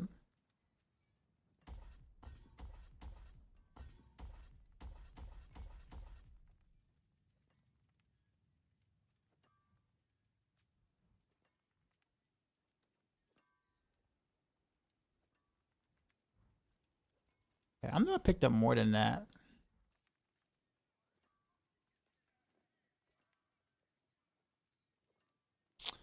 I did, because I went this way instead of that way for health.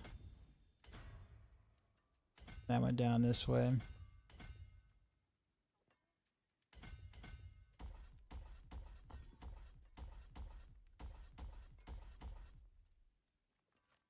It only saves me 1 point.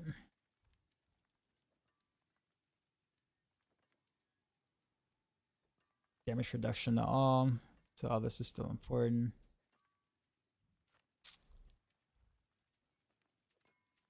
I think I just took a bunch of decks in this board, I think it was.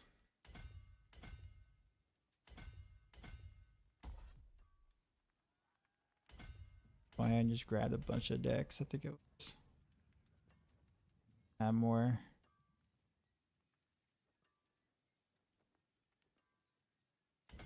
This.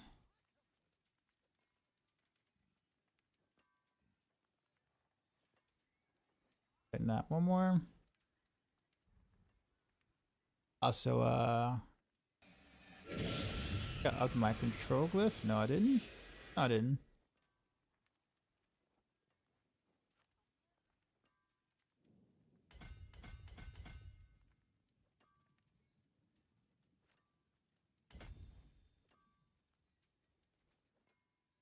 Quick intels. Yeah. There's a quick intel.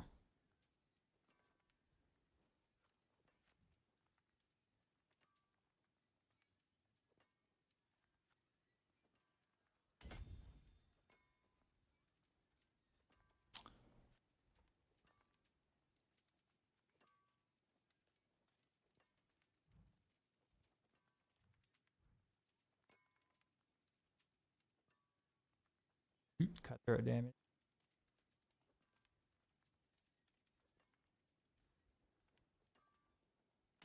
Coming to the decks here. A bunch of decks right here. That's for later.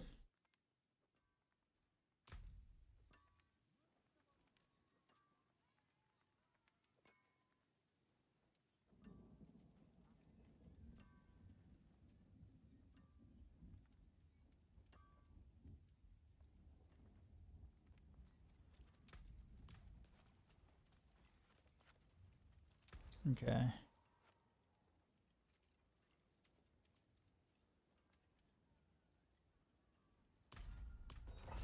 Alright. One more on this, and then we'll farm masterworker materials so I can actually make the thing stronger.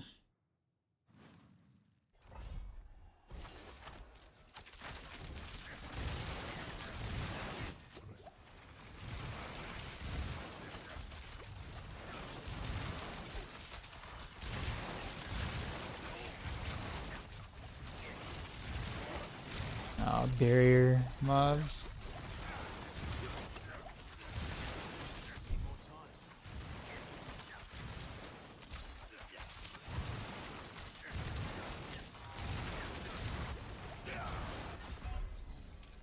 Oof. Is something to slam me? Something to slam me. This is already a bad start.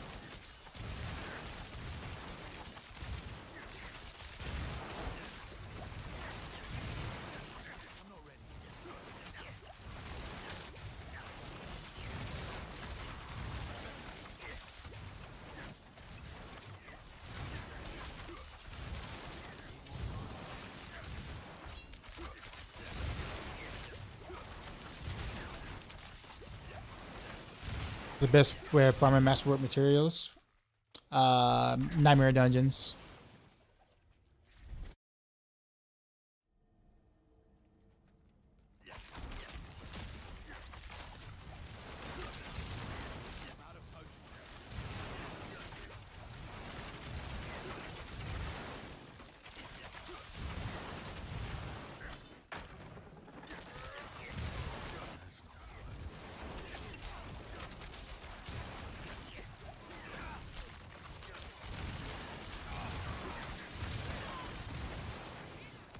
Who's there?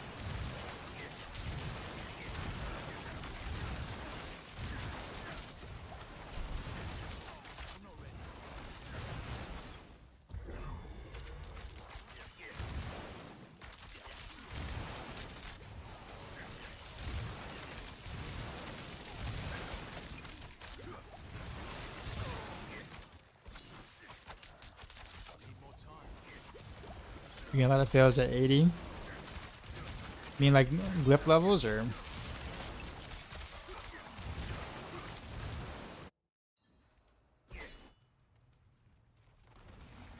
But with glyph leveling, yeah.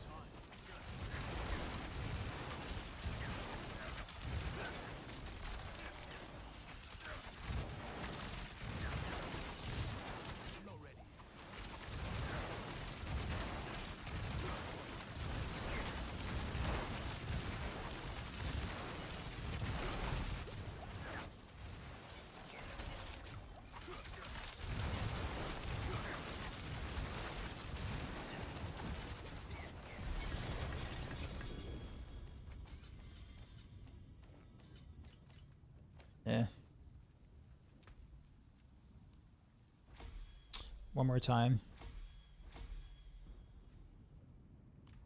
You got the 103 down. Very nice. Did you make any changes?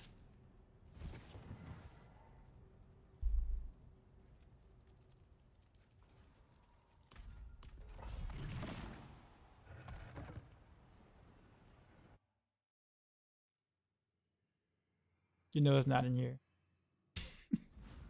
What are you looking for is not in here. Uh-huh.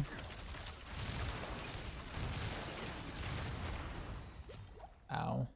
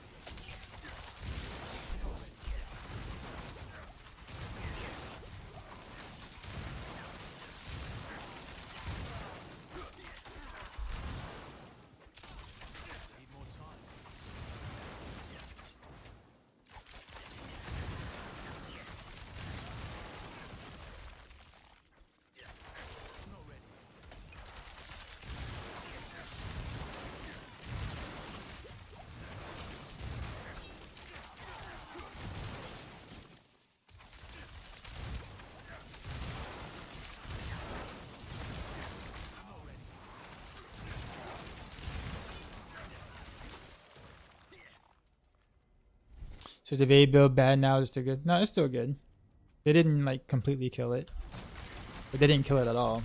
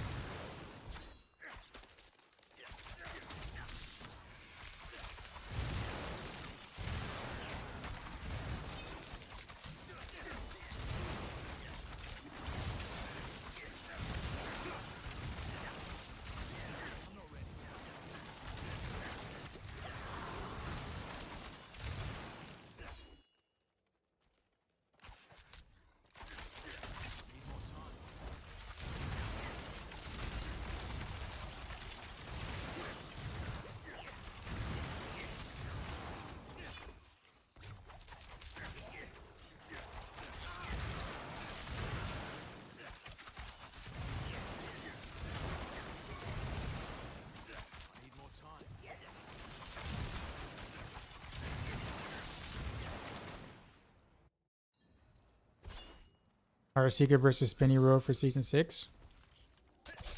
I mean, they're both good.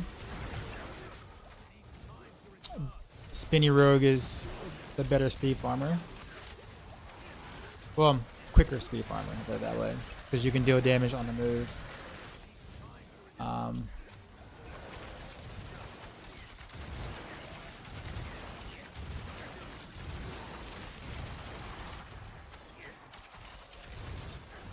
You can push a bill here. For them, if that's okay with it. Yeah, man. Go for it.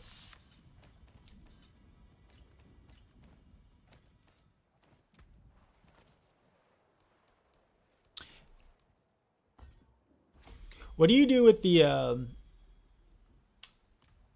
like to try a way around the, like, because I saw like you use a lot of, like, or you use the, obviously the pot thing.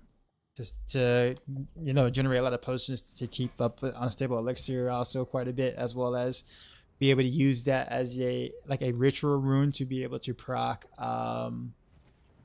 the basic thing, which is really effective. But like, how's it feel to spam pots like that, like consistently? Like, because I watch and like I hear the potion button a lot. Is it like, but listening to you do it makes me seem like you do it every time you cast a rapid fire. So like you cast a rapid fire and you do potion at the same time almost. Is what it sounds like. Because like on mouse and keyboard, that would be a little interesting. That's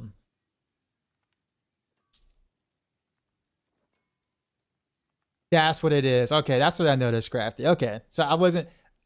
That's what I thought. I'm like, wait a minute. Like I hear prot every time he casts rapid fire each time.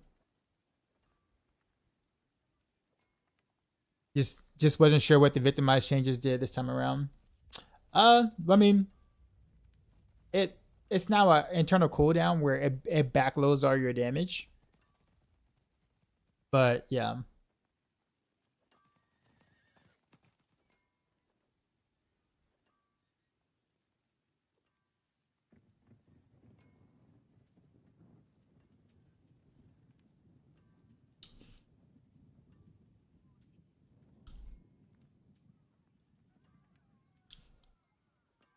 Okay, I guess that makes sense, because like I guess you could technically do the same thing on PC. I guess you can make like right click or something like that. Also, click potion or something like that too each time. I guess you could make that work. You could technically make that work.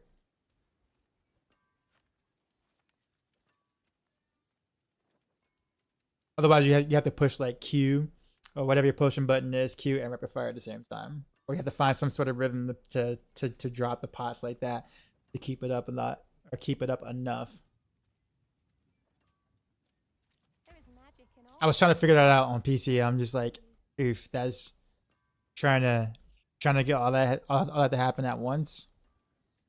I like to juggle. I think it's kind of fun once you find a rhythm, but man, it is finger gymnastics. But I think part of me is like, I'm at the stage of where my gear is like, okay-ish, but I also need to do a video guide and like kind of make it like make adjustments, but also make it pretty intuitive for players on like the Maxroll guide when I do make updates. So I gotta think about stuff like that, where it's like, well, it's like, are there any alternatives to that? It's good, obviously. I mean, you're doing it and there's results. But I wonder, is there maybe not as good of a way of doing it, but still be able to do it type thing? So that's kind of what I'm experimenting with now, but it's just not as consistent. So having a hard time, but maybe I'll figure it out. Maybe I'll stumble across it. Let's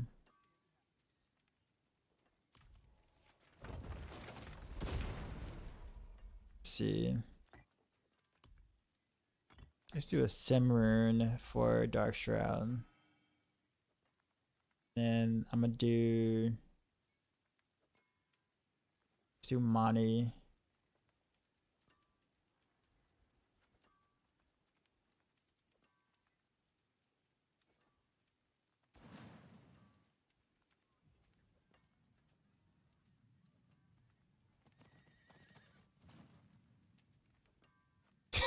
Crafty, really? You blow? Yeah, see that? Man. Darth, it's just incoming. What's going on? Don't tell me he's getting ready to massively raid. It's me a massive raid, isn't it? That's what's gonna happen. You know, I'm gonna go ahead and prep for my glasses. Let me go ahead and get my glasses in the lab. Boil it. What? I'm in experimental mode too, man. I'm not even playing my best. They're catching me on an off day. All right. I guess I'm ready.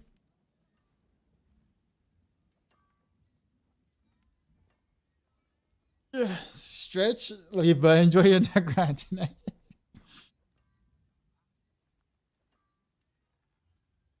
Is this Dax? Yeah, this is Dax. A man of the people, Darth. You recognize? Yo, Dark Side, we just got raided, son. What up, y'all? You know how we do. I've been Drop my pre-prepped for new this, beat for these apparently. new viewers.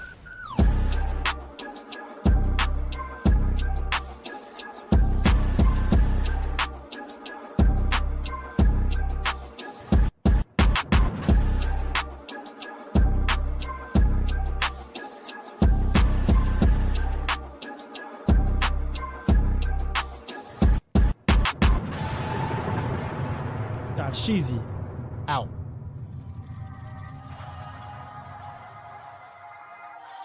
I boil up What is raided going my on? stream with 2,237 views. What up, chat? What up, y'all? We are playing not Spiritborn over here. Actually, why is it lagging a little bit? Is it lagging for you guys? Let me turn off crossplay. What is up? Broiler. Appreciate the raid. Now, actually, Broiler, I was getting ready to ask you if you wanted to play. I saw you on earlier playing by yourself and L-Tide, and I'm like, poor Druid. He probably wants somebody to play with. And I was like nah, I'll leave him alone. I'll leave him alone since I asked you last night. You ain't saying nothing to me, Broiler. You ain't saying nothing to me. That's okay. My feelings aren't hurt. My feelings are not hurt, man. They're not hurt. I would say. Never good. Appreciate you guys coming in. Everybody leaves you on read.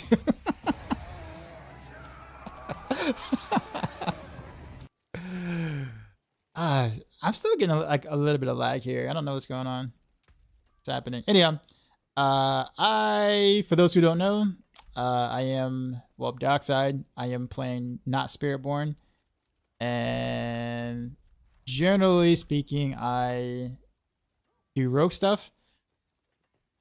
I'm one of the Maxroll rogue specialists, so I write rogue builds for Maxroll.gg.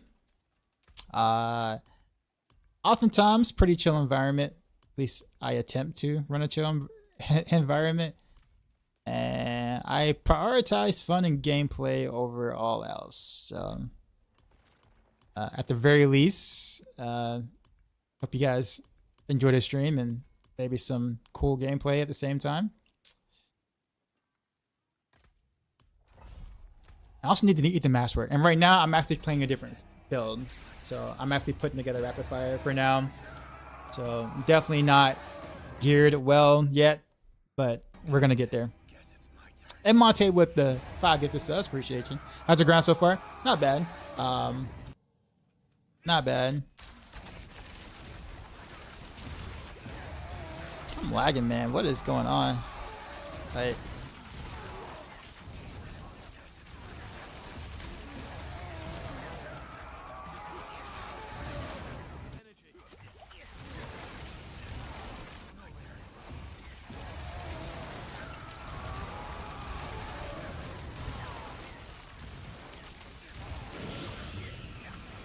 yeah, rapid fire is actually a surprisingly decent speed farmer in certain case scenarios. I put it that way. Especially if you can stutter step pretty well.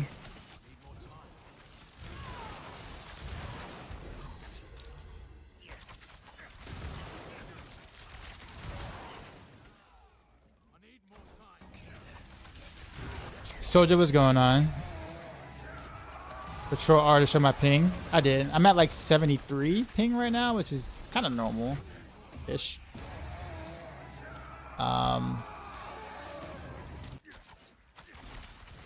Yeah, I still feel like I'm like skipping. Like my stream is skipping quite a bit. Blesner with the 5 gifted subs. Appreciate you. Just keep in mind if you're looking for a build link it's gonna look a little different than what I'm doing right now because I'm still like experimenting. So yeah, bro. I don't even know. I don't know why. Does it look like the game is stuttering to you guys? Like, does it look like stuttery?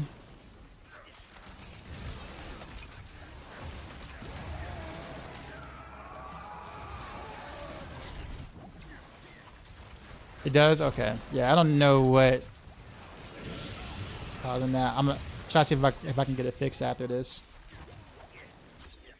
Surprisingly, it wasn't doing this until I got the raid. Until I got the raid in for whatever strange reason.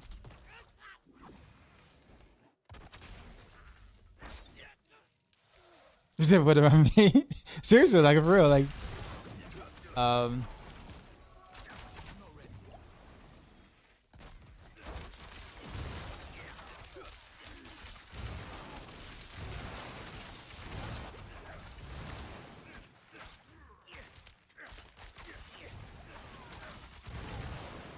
Ancient Stone. Blame the Raiders? Nah, I'm not gonna do that. I can blame the Raider.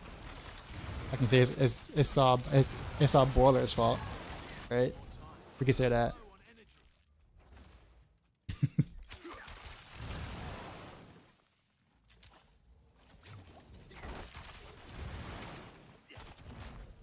Last minute looks fine. It's starting to even out now. It's looking like. All right.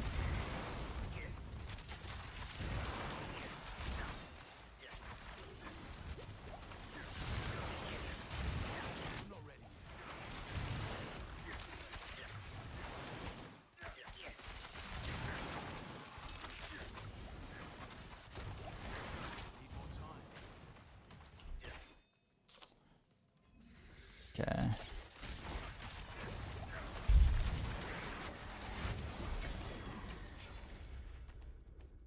How do you get more ancestrals? Honestly, they just drop. It's just RNG. Although you can kind of force it through Curious Undercity by using one of those tributes, as well as Infernal Hordes. The 200 chest also pretty much guarantees an ancestral ish or two. Those are the only guarantee ways. But I mean, other than that, it's just something that is just RNG. So play a lot, I guess. I'm pretty much in that same boat. I don't really have the greatest gear. I say a little over half my gear is ancestral, but that's about it. This is annoying too.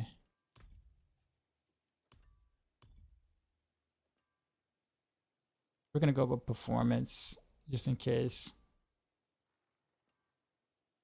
Everything is medium anyway, so it shouldn't be the case.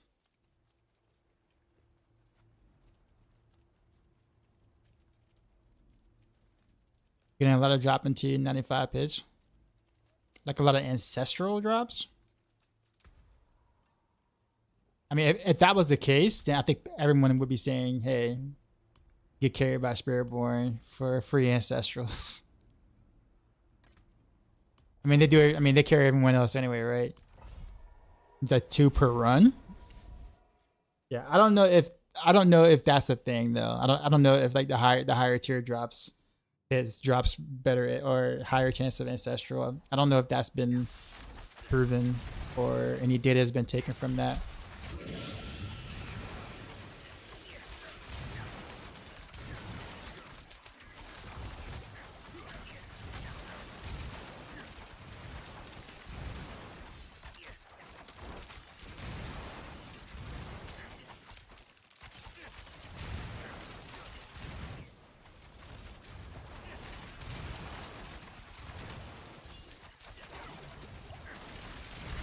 Pretty sure the follows. Doxa only ever reach 50% of your messages. That is fact. Because I read that message, but not the one before. But I read the one before that one.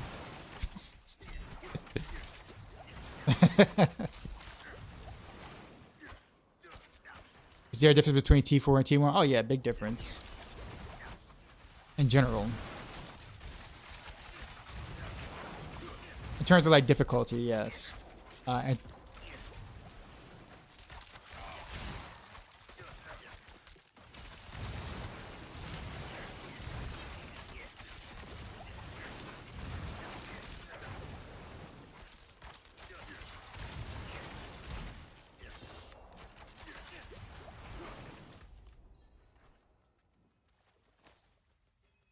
John, what's going on? YouTube.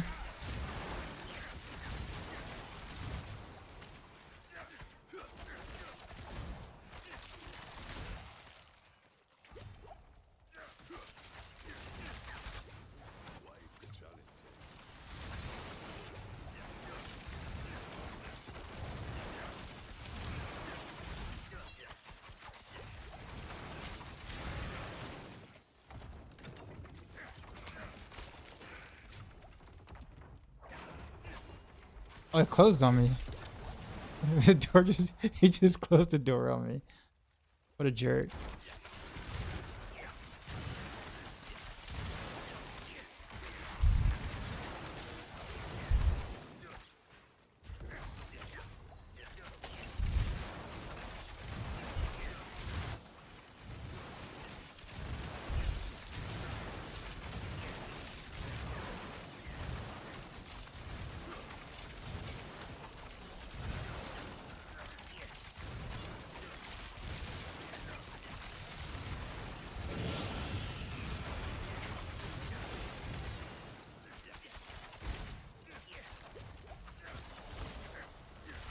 Oof.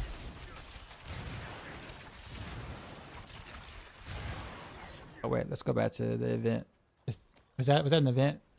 It was. Totally didn't even see it.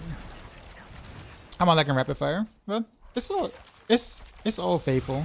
To performing as I expected. I will say that there are some variations or some combinations of things you can do that I wish were a little more intuitive.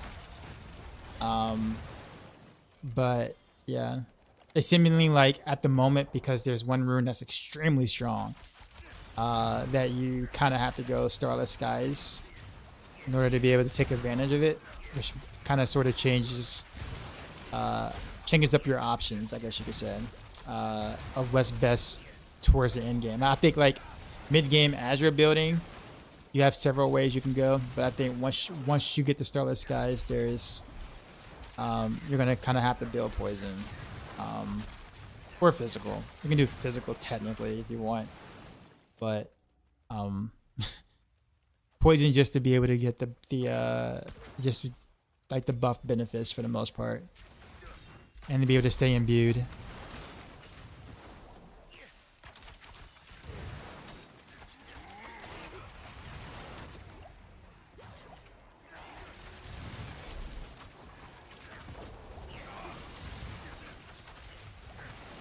Can I recommend you a leveling build for Rogue?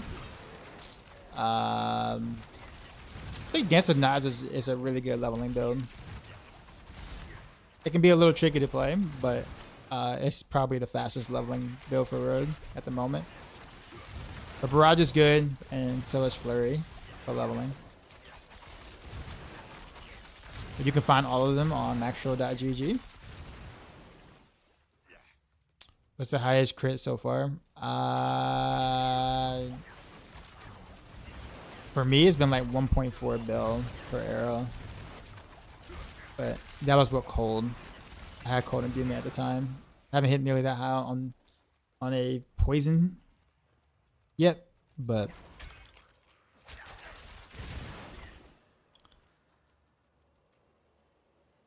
also my cow just needs to be better master work. I'm missing a ton of damage there.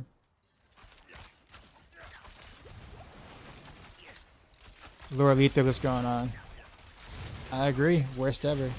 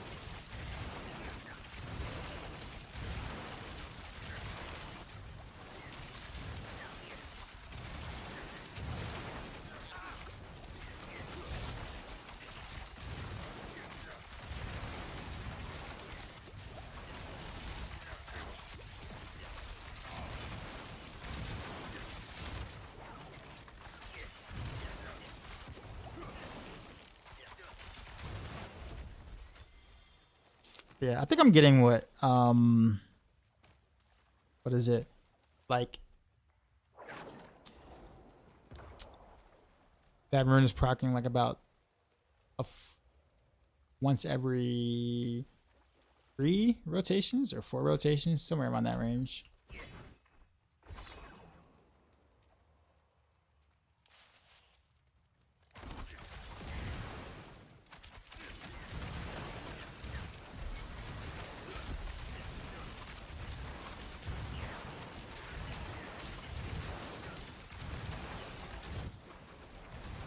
It's really not enough, honestly. Oh, engine cleared. Okay. Tell me like it is Rogue booty cheeks. It depends on your metric. Are we comparing it to Spiritborn?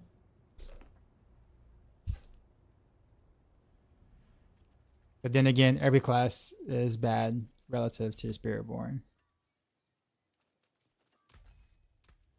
You're not comparing it to Spiritborn. Rogues are probably towards the bottom, but it's quite balanced if you remove Spiritborn. If you think about it, like the classes are between like what 100 and 110 roughly in terms of pit pushing is concerned, which is pretty close. And then of course you have Spiritborn, so we've done 150 already, which is a complete outlier. So I guess it depends on what metric you're using.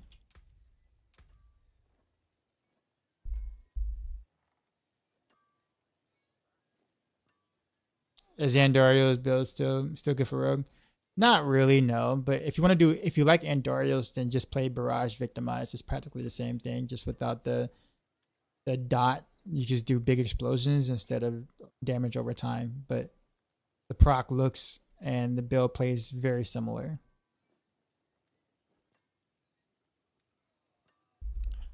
What's that great to do?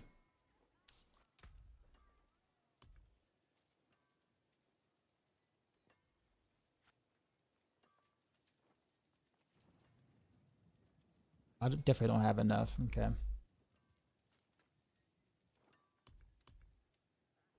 My hammer sings on your return.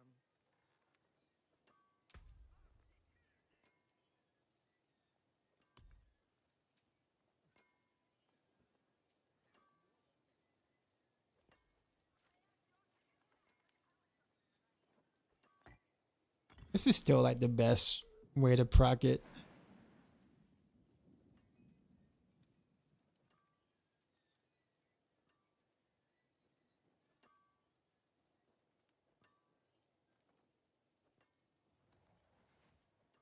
And then Monty, we'll put Monty back here.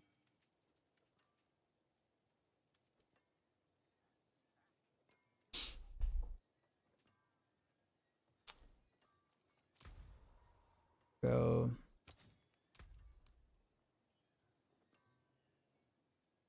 Edge Master, yeah.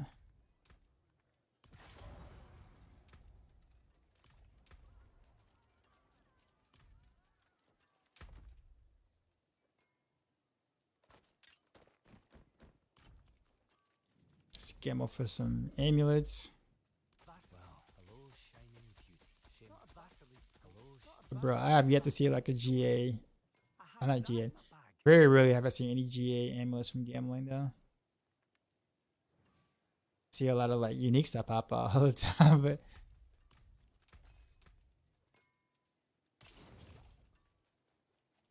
can you ask your honest question about which aspects for Experimentation bugged?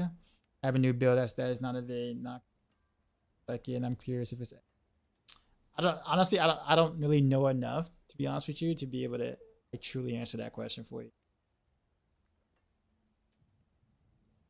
What's my HP looking like? Because I got the T3 almost maxed out armor and it's just a 2k HP. It's just ripping. I mean, I'm sitting around 3,200. But a Paragon though, this is so when you're doing your Paragon board, I know like you kind of want to get to the damage stuff ASAP, but you also want to make sure you take some life stuff on the way.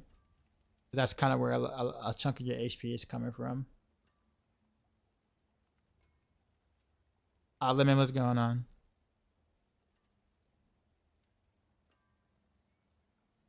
I hope instead of nerfing Spiritborn, they buff other classes to bring them closer. So people would like that for a very short period of time. That's actually probably not the best way to go about it. Because Spiritborn is invalidating all content. So if you buff all the classes to give them a bunch of bugs, so therefore they also invalidate all content, that means that Blizzard will have to buff 5 classes, make new bugs for all 5 classes, so therefore they can also invalidate content, and then make new content that the classes cannot invalidate, and everybody's hitting for trillions of damage. That's not the route you want to go for the game in general. I'm not saying that nerfing something doesn't feel bad. I mean, obviously, nerfing anything that is fun or whatever is always going to feel bad. But the idea of making everything OP or making everything grossly OP, like invalidating all content, isn't good for the game. Overall. And it also takes a lot longer to do. I don't think people realize how long it takes to do stuff like that. Like, that will take them like a season or 2 seasons just to be able to make the classes do what Spiritborns are doing right now. So we're talking about like 6 months from now. It's like, oh yeah, 6 months from now, we're going to make every class do what Spiritborn is doing now. You know, it's like, and then we need to take another 3 months to 6 months to create new content. So therefore you're not bored of the game because you've invalidated all the content.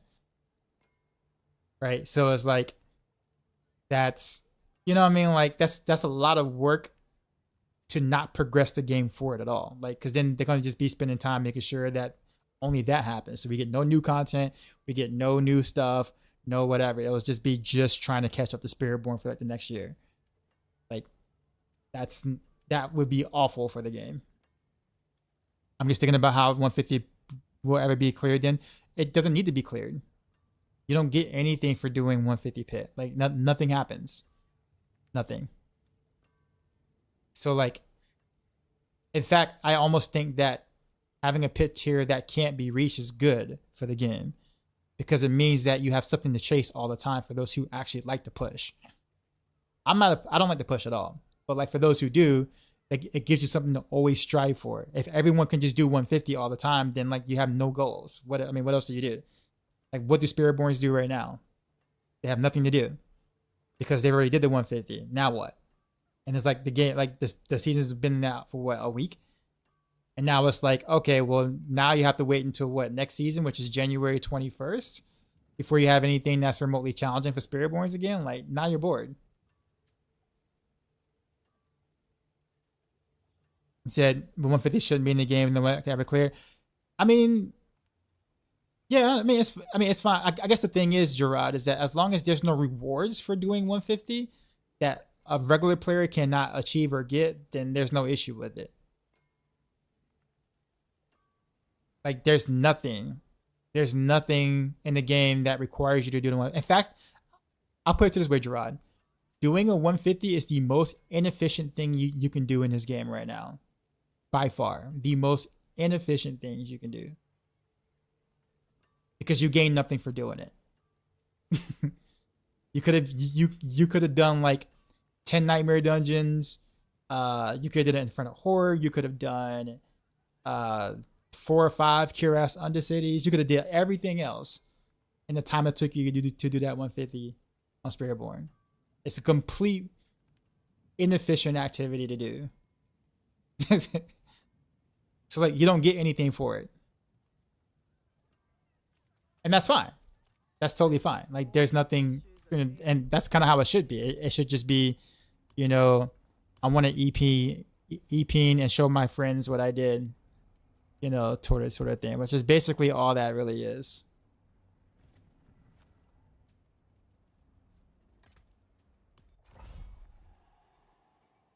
All that juicy glyph XP. Even then, it's actually faster to do glyph XP in 1-on-1s. It's faster to do 1-on-1s than to do 150 though. So like, even then, it's still inefficient for that. It's the most inefficient activity in the game. if you think about it.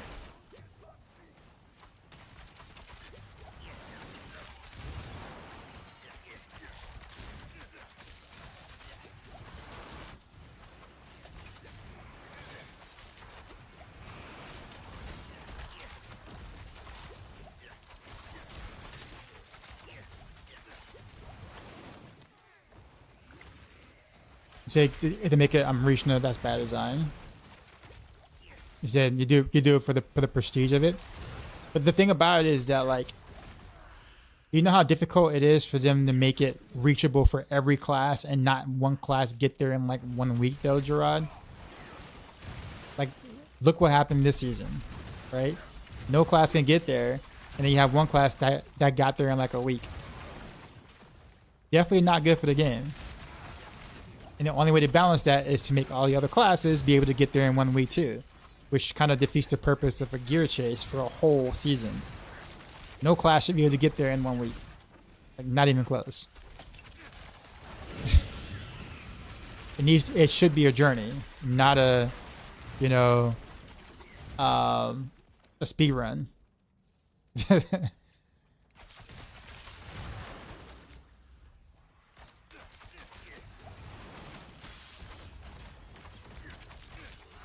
Yeah, but I mean, I guess you can call it prestige or whatever, but I guess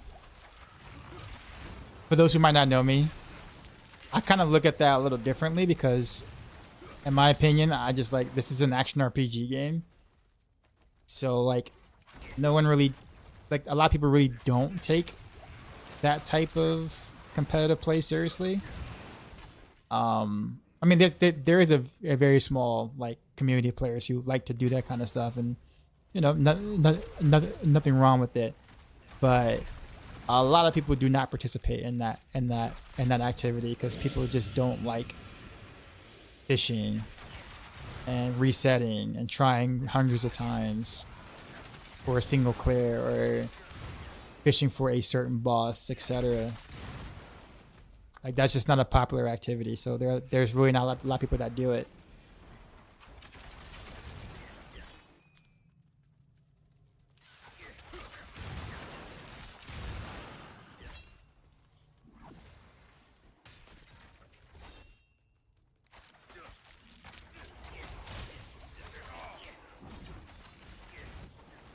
So rapid fire just feel a little bit clunky in terms of movement.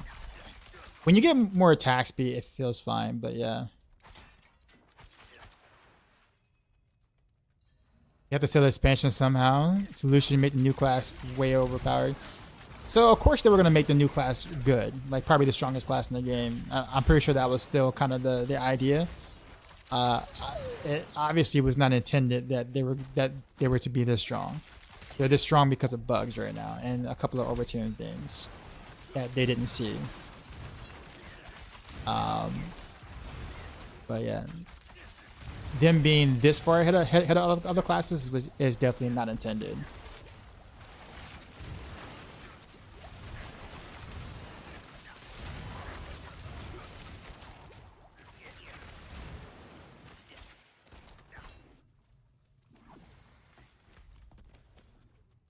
Is Dancing Knives still S tier? No.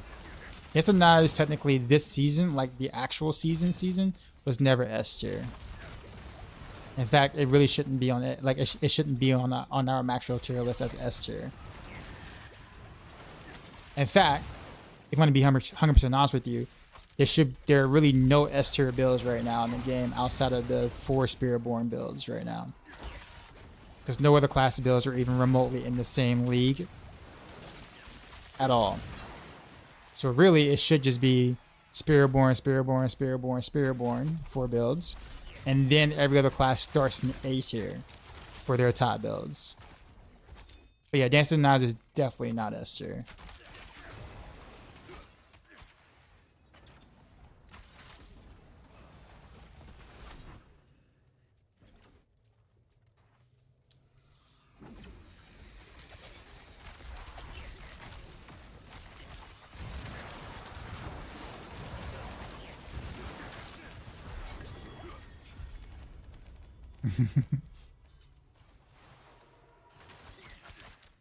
no rogue builds S tier.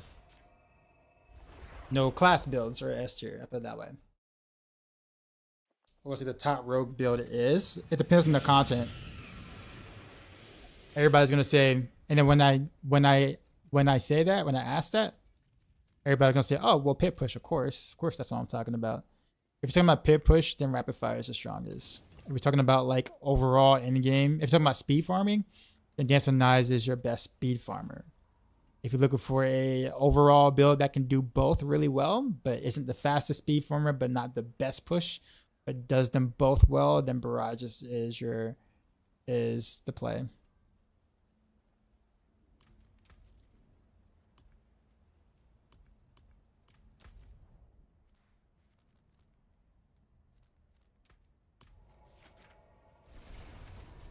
Even non-bug Spiritborn builds are like 10 times better than the rest. Not all of them. I mean, I will say some like some of the Spiritborn builds that are kind of like off meta are still based around an item that is way too strong. But yeah, I mean, I mean, you're not wrong. Was it like Crushing Fist or something like that? Stuff like that is based around the same thing. It's just a different core skill. But for Barrage, for basically all around in-game content, yes. You want one build that fits all kind of thing, then yes, Barrage is your best bet.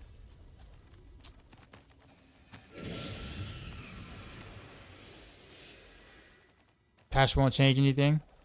Not this patch, no.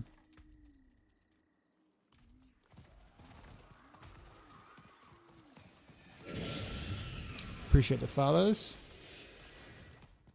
Okay, we actually need to get some more opals. Actually, I wonder if I should do Inferno Hordes or should I just do where are the whatchamacallits?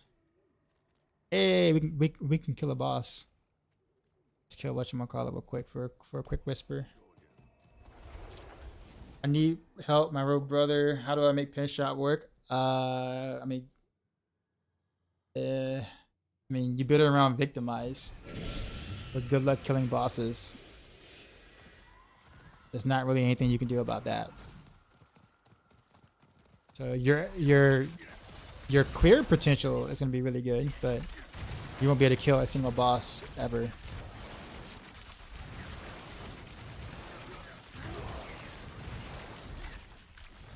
Like a Tech International.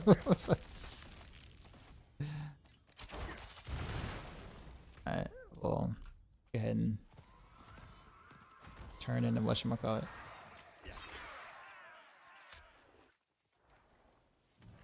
I don't get why compasses don't stack. Me neither.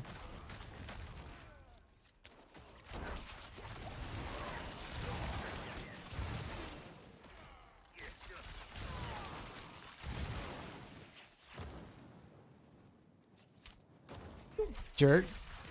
Quit that. Stop. There and shut an arrow to my neck. Right.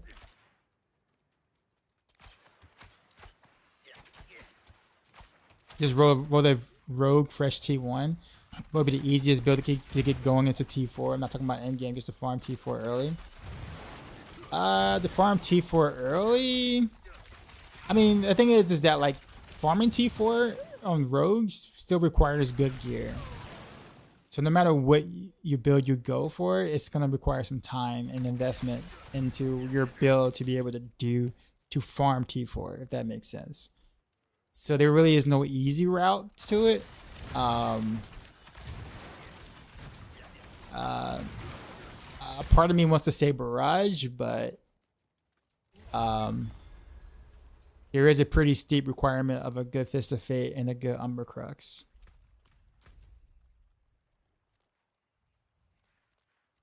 But once you have those two things, it becomes pretty easy to sustain your energy and actually play the build.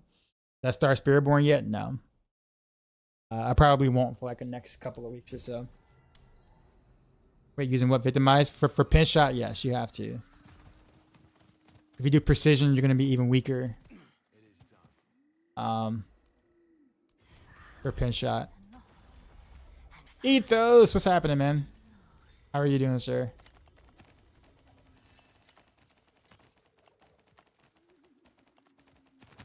Play Spiritborn, farm gear reroll because it's all dex gear.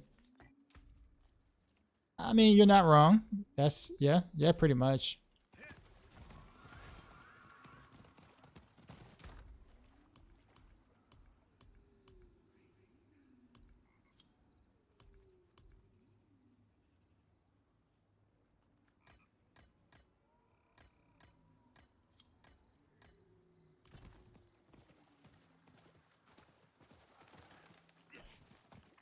Alright, what I was gonna do is I'll take this sigil here.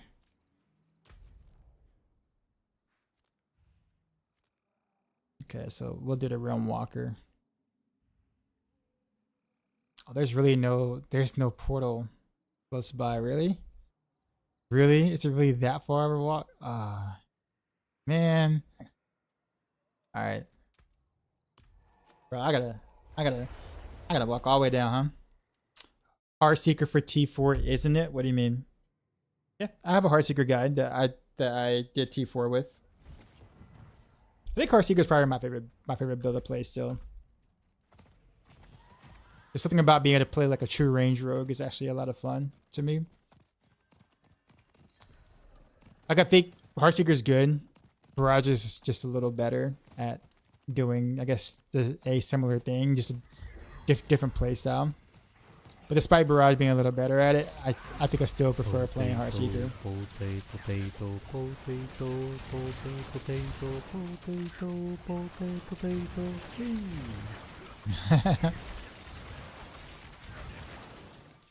Who was that? Monte with that?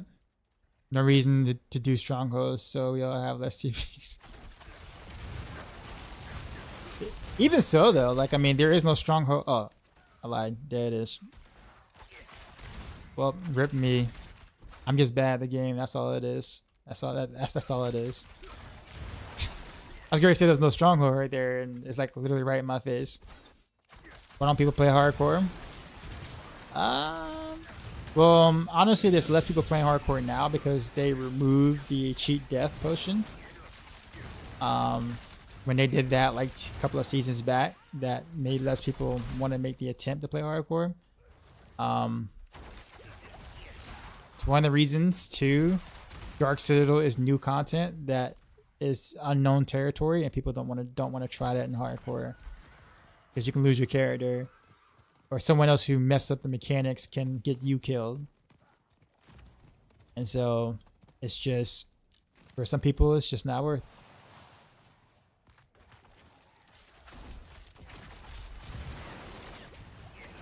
I don't play hardcore because my connection sucks. That's pretty much my reasoning.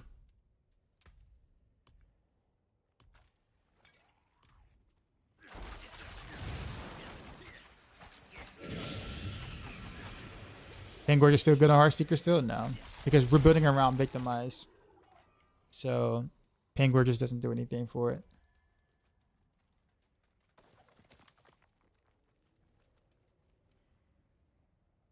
How much investment does Heartseeker require for T4? Not much. I would say a good Moonrise and adaptability is quite important. A good Shard and a good Fist.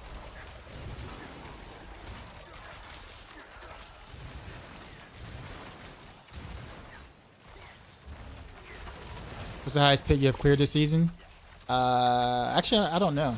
I don't really push pits, so I think it's like an 85 in 6-7 minutes or somewhere around, like 6 minutes or whatever. But I have no plans on like pushing. I find that activity cancer.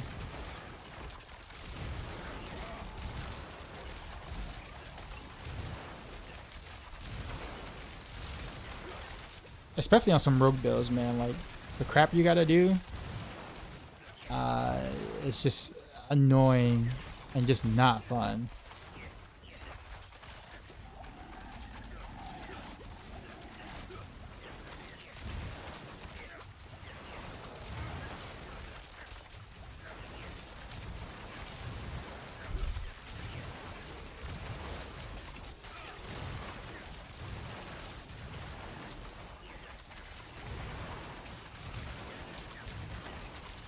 Highest spit for Rogue was a 97. Nope, that is not the case. Highest is a 103, and Crafty did that like an hour ago. He did a 102 yesterday.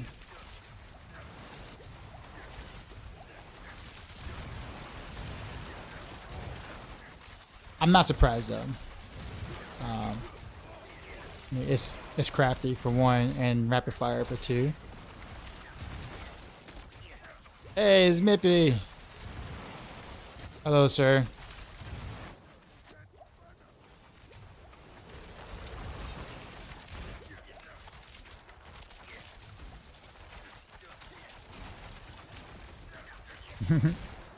What are you up doing right now?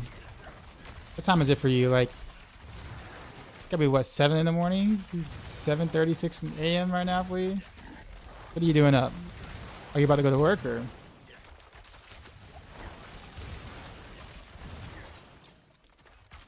or you haven't slept yet? Which one?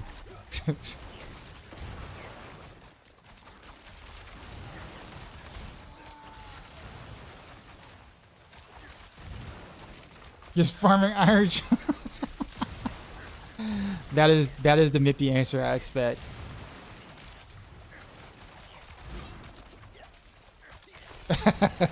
Sounds about right. Sounds about right. I expected nothing less.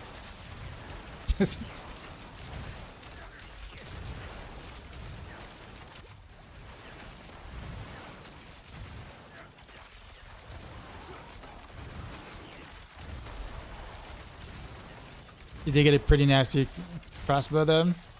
Nice, nice. My upgrades are like I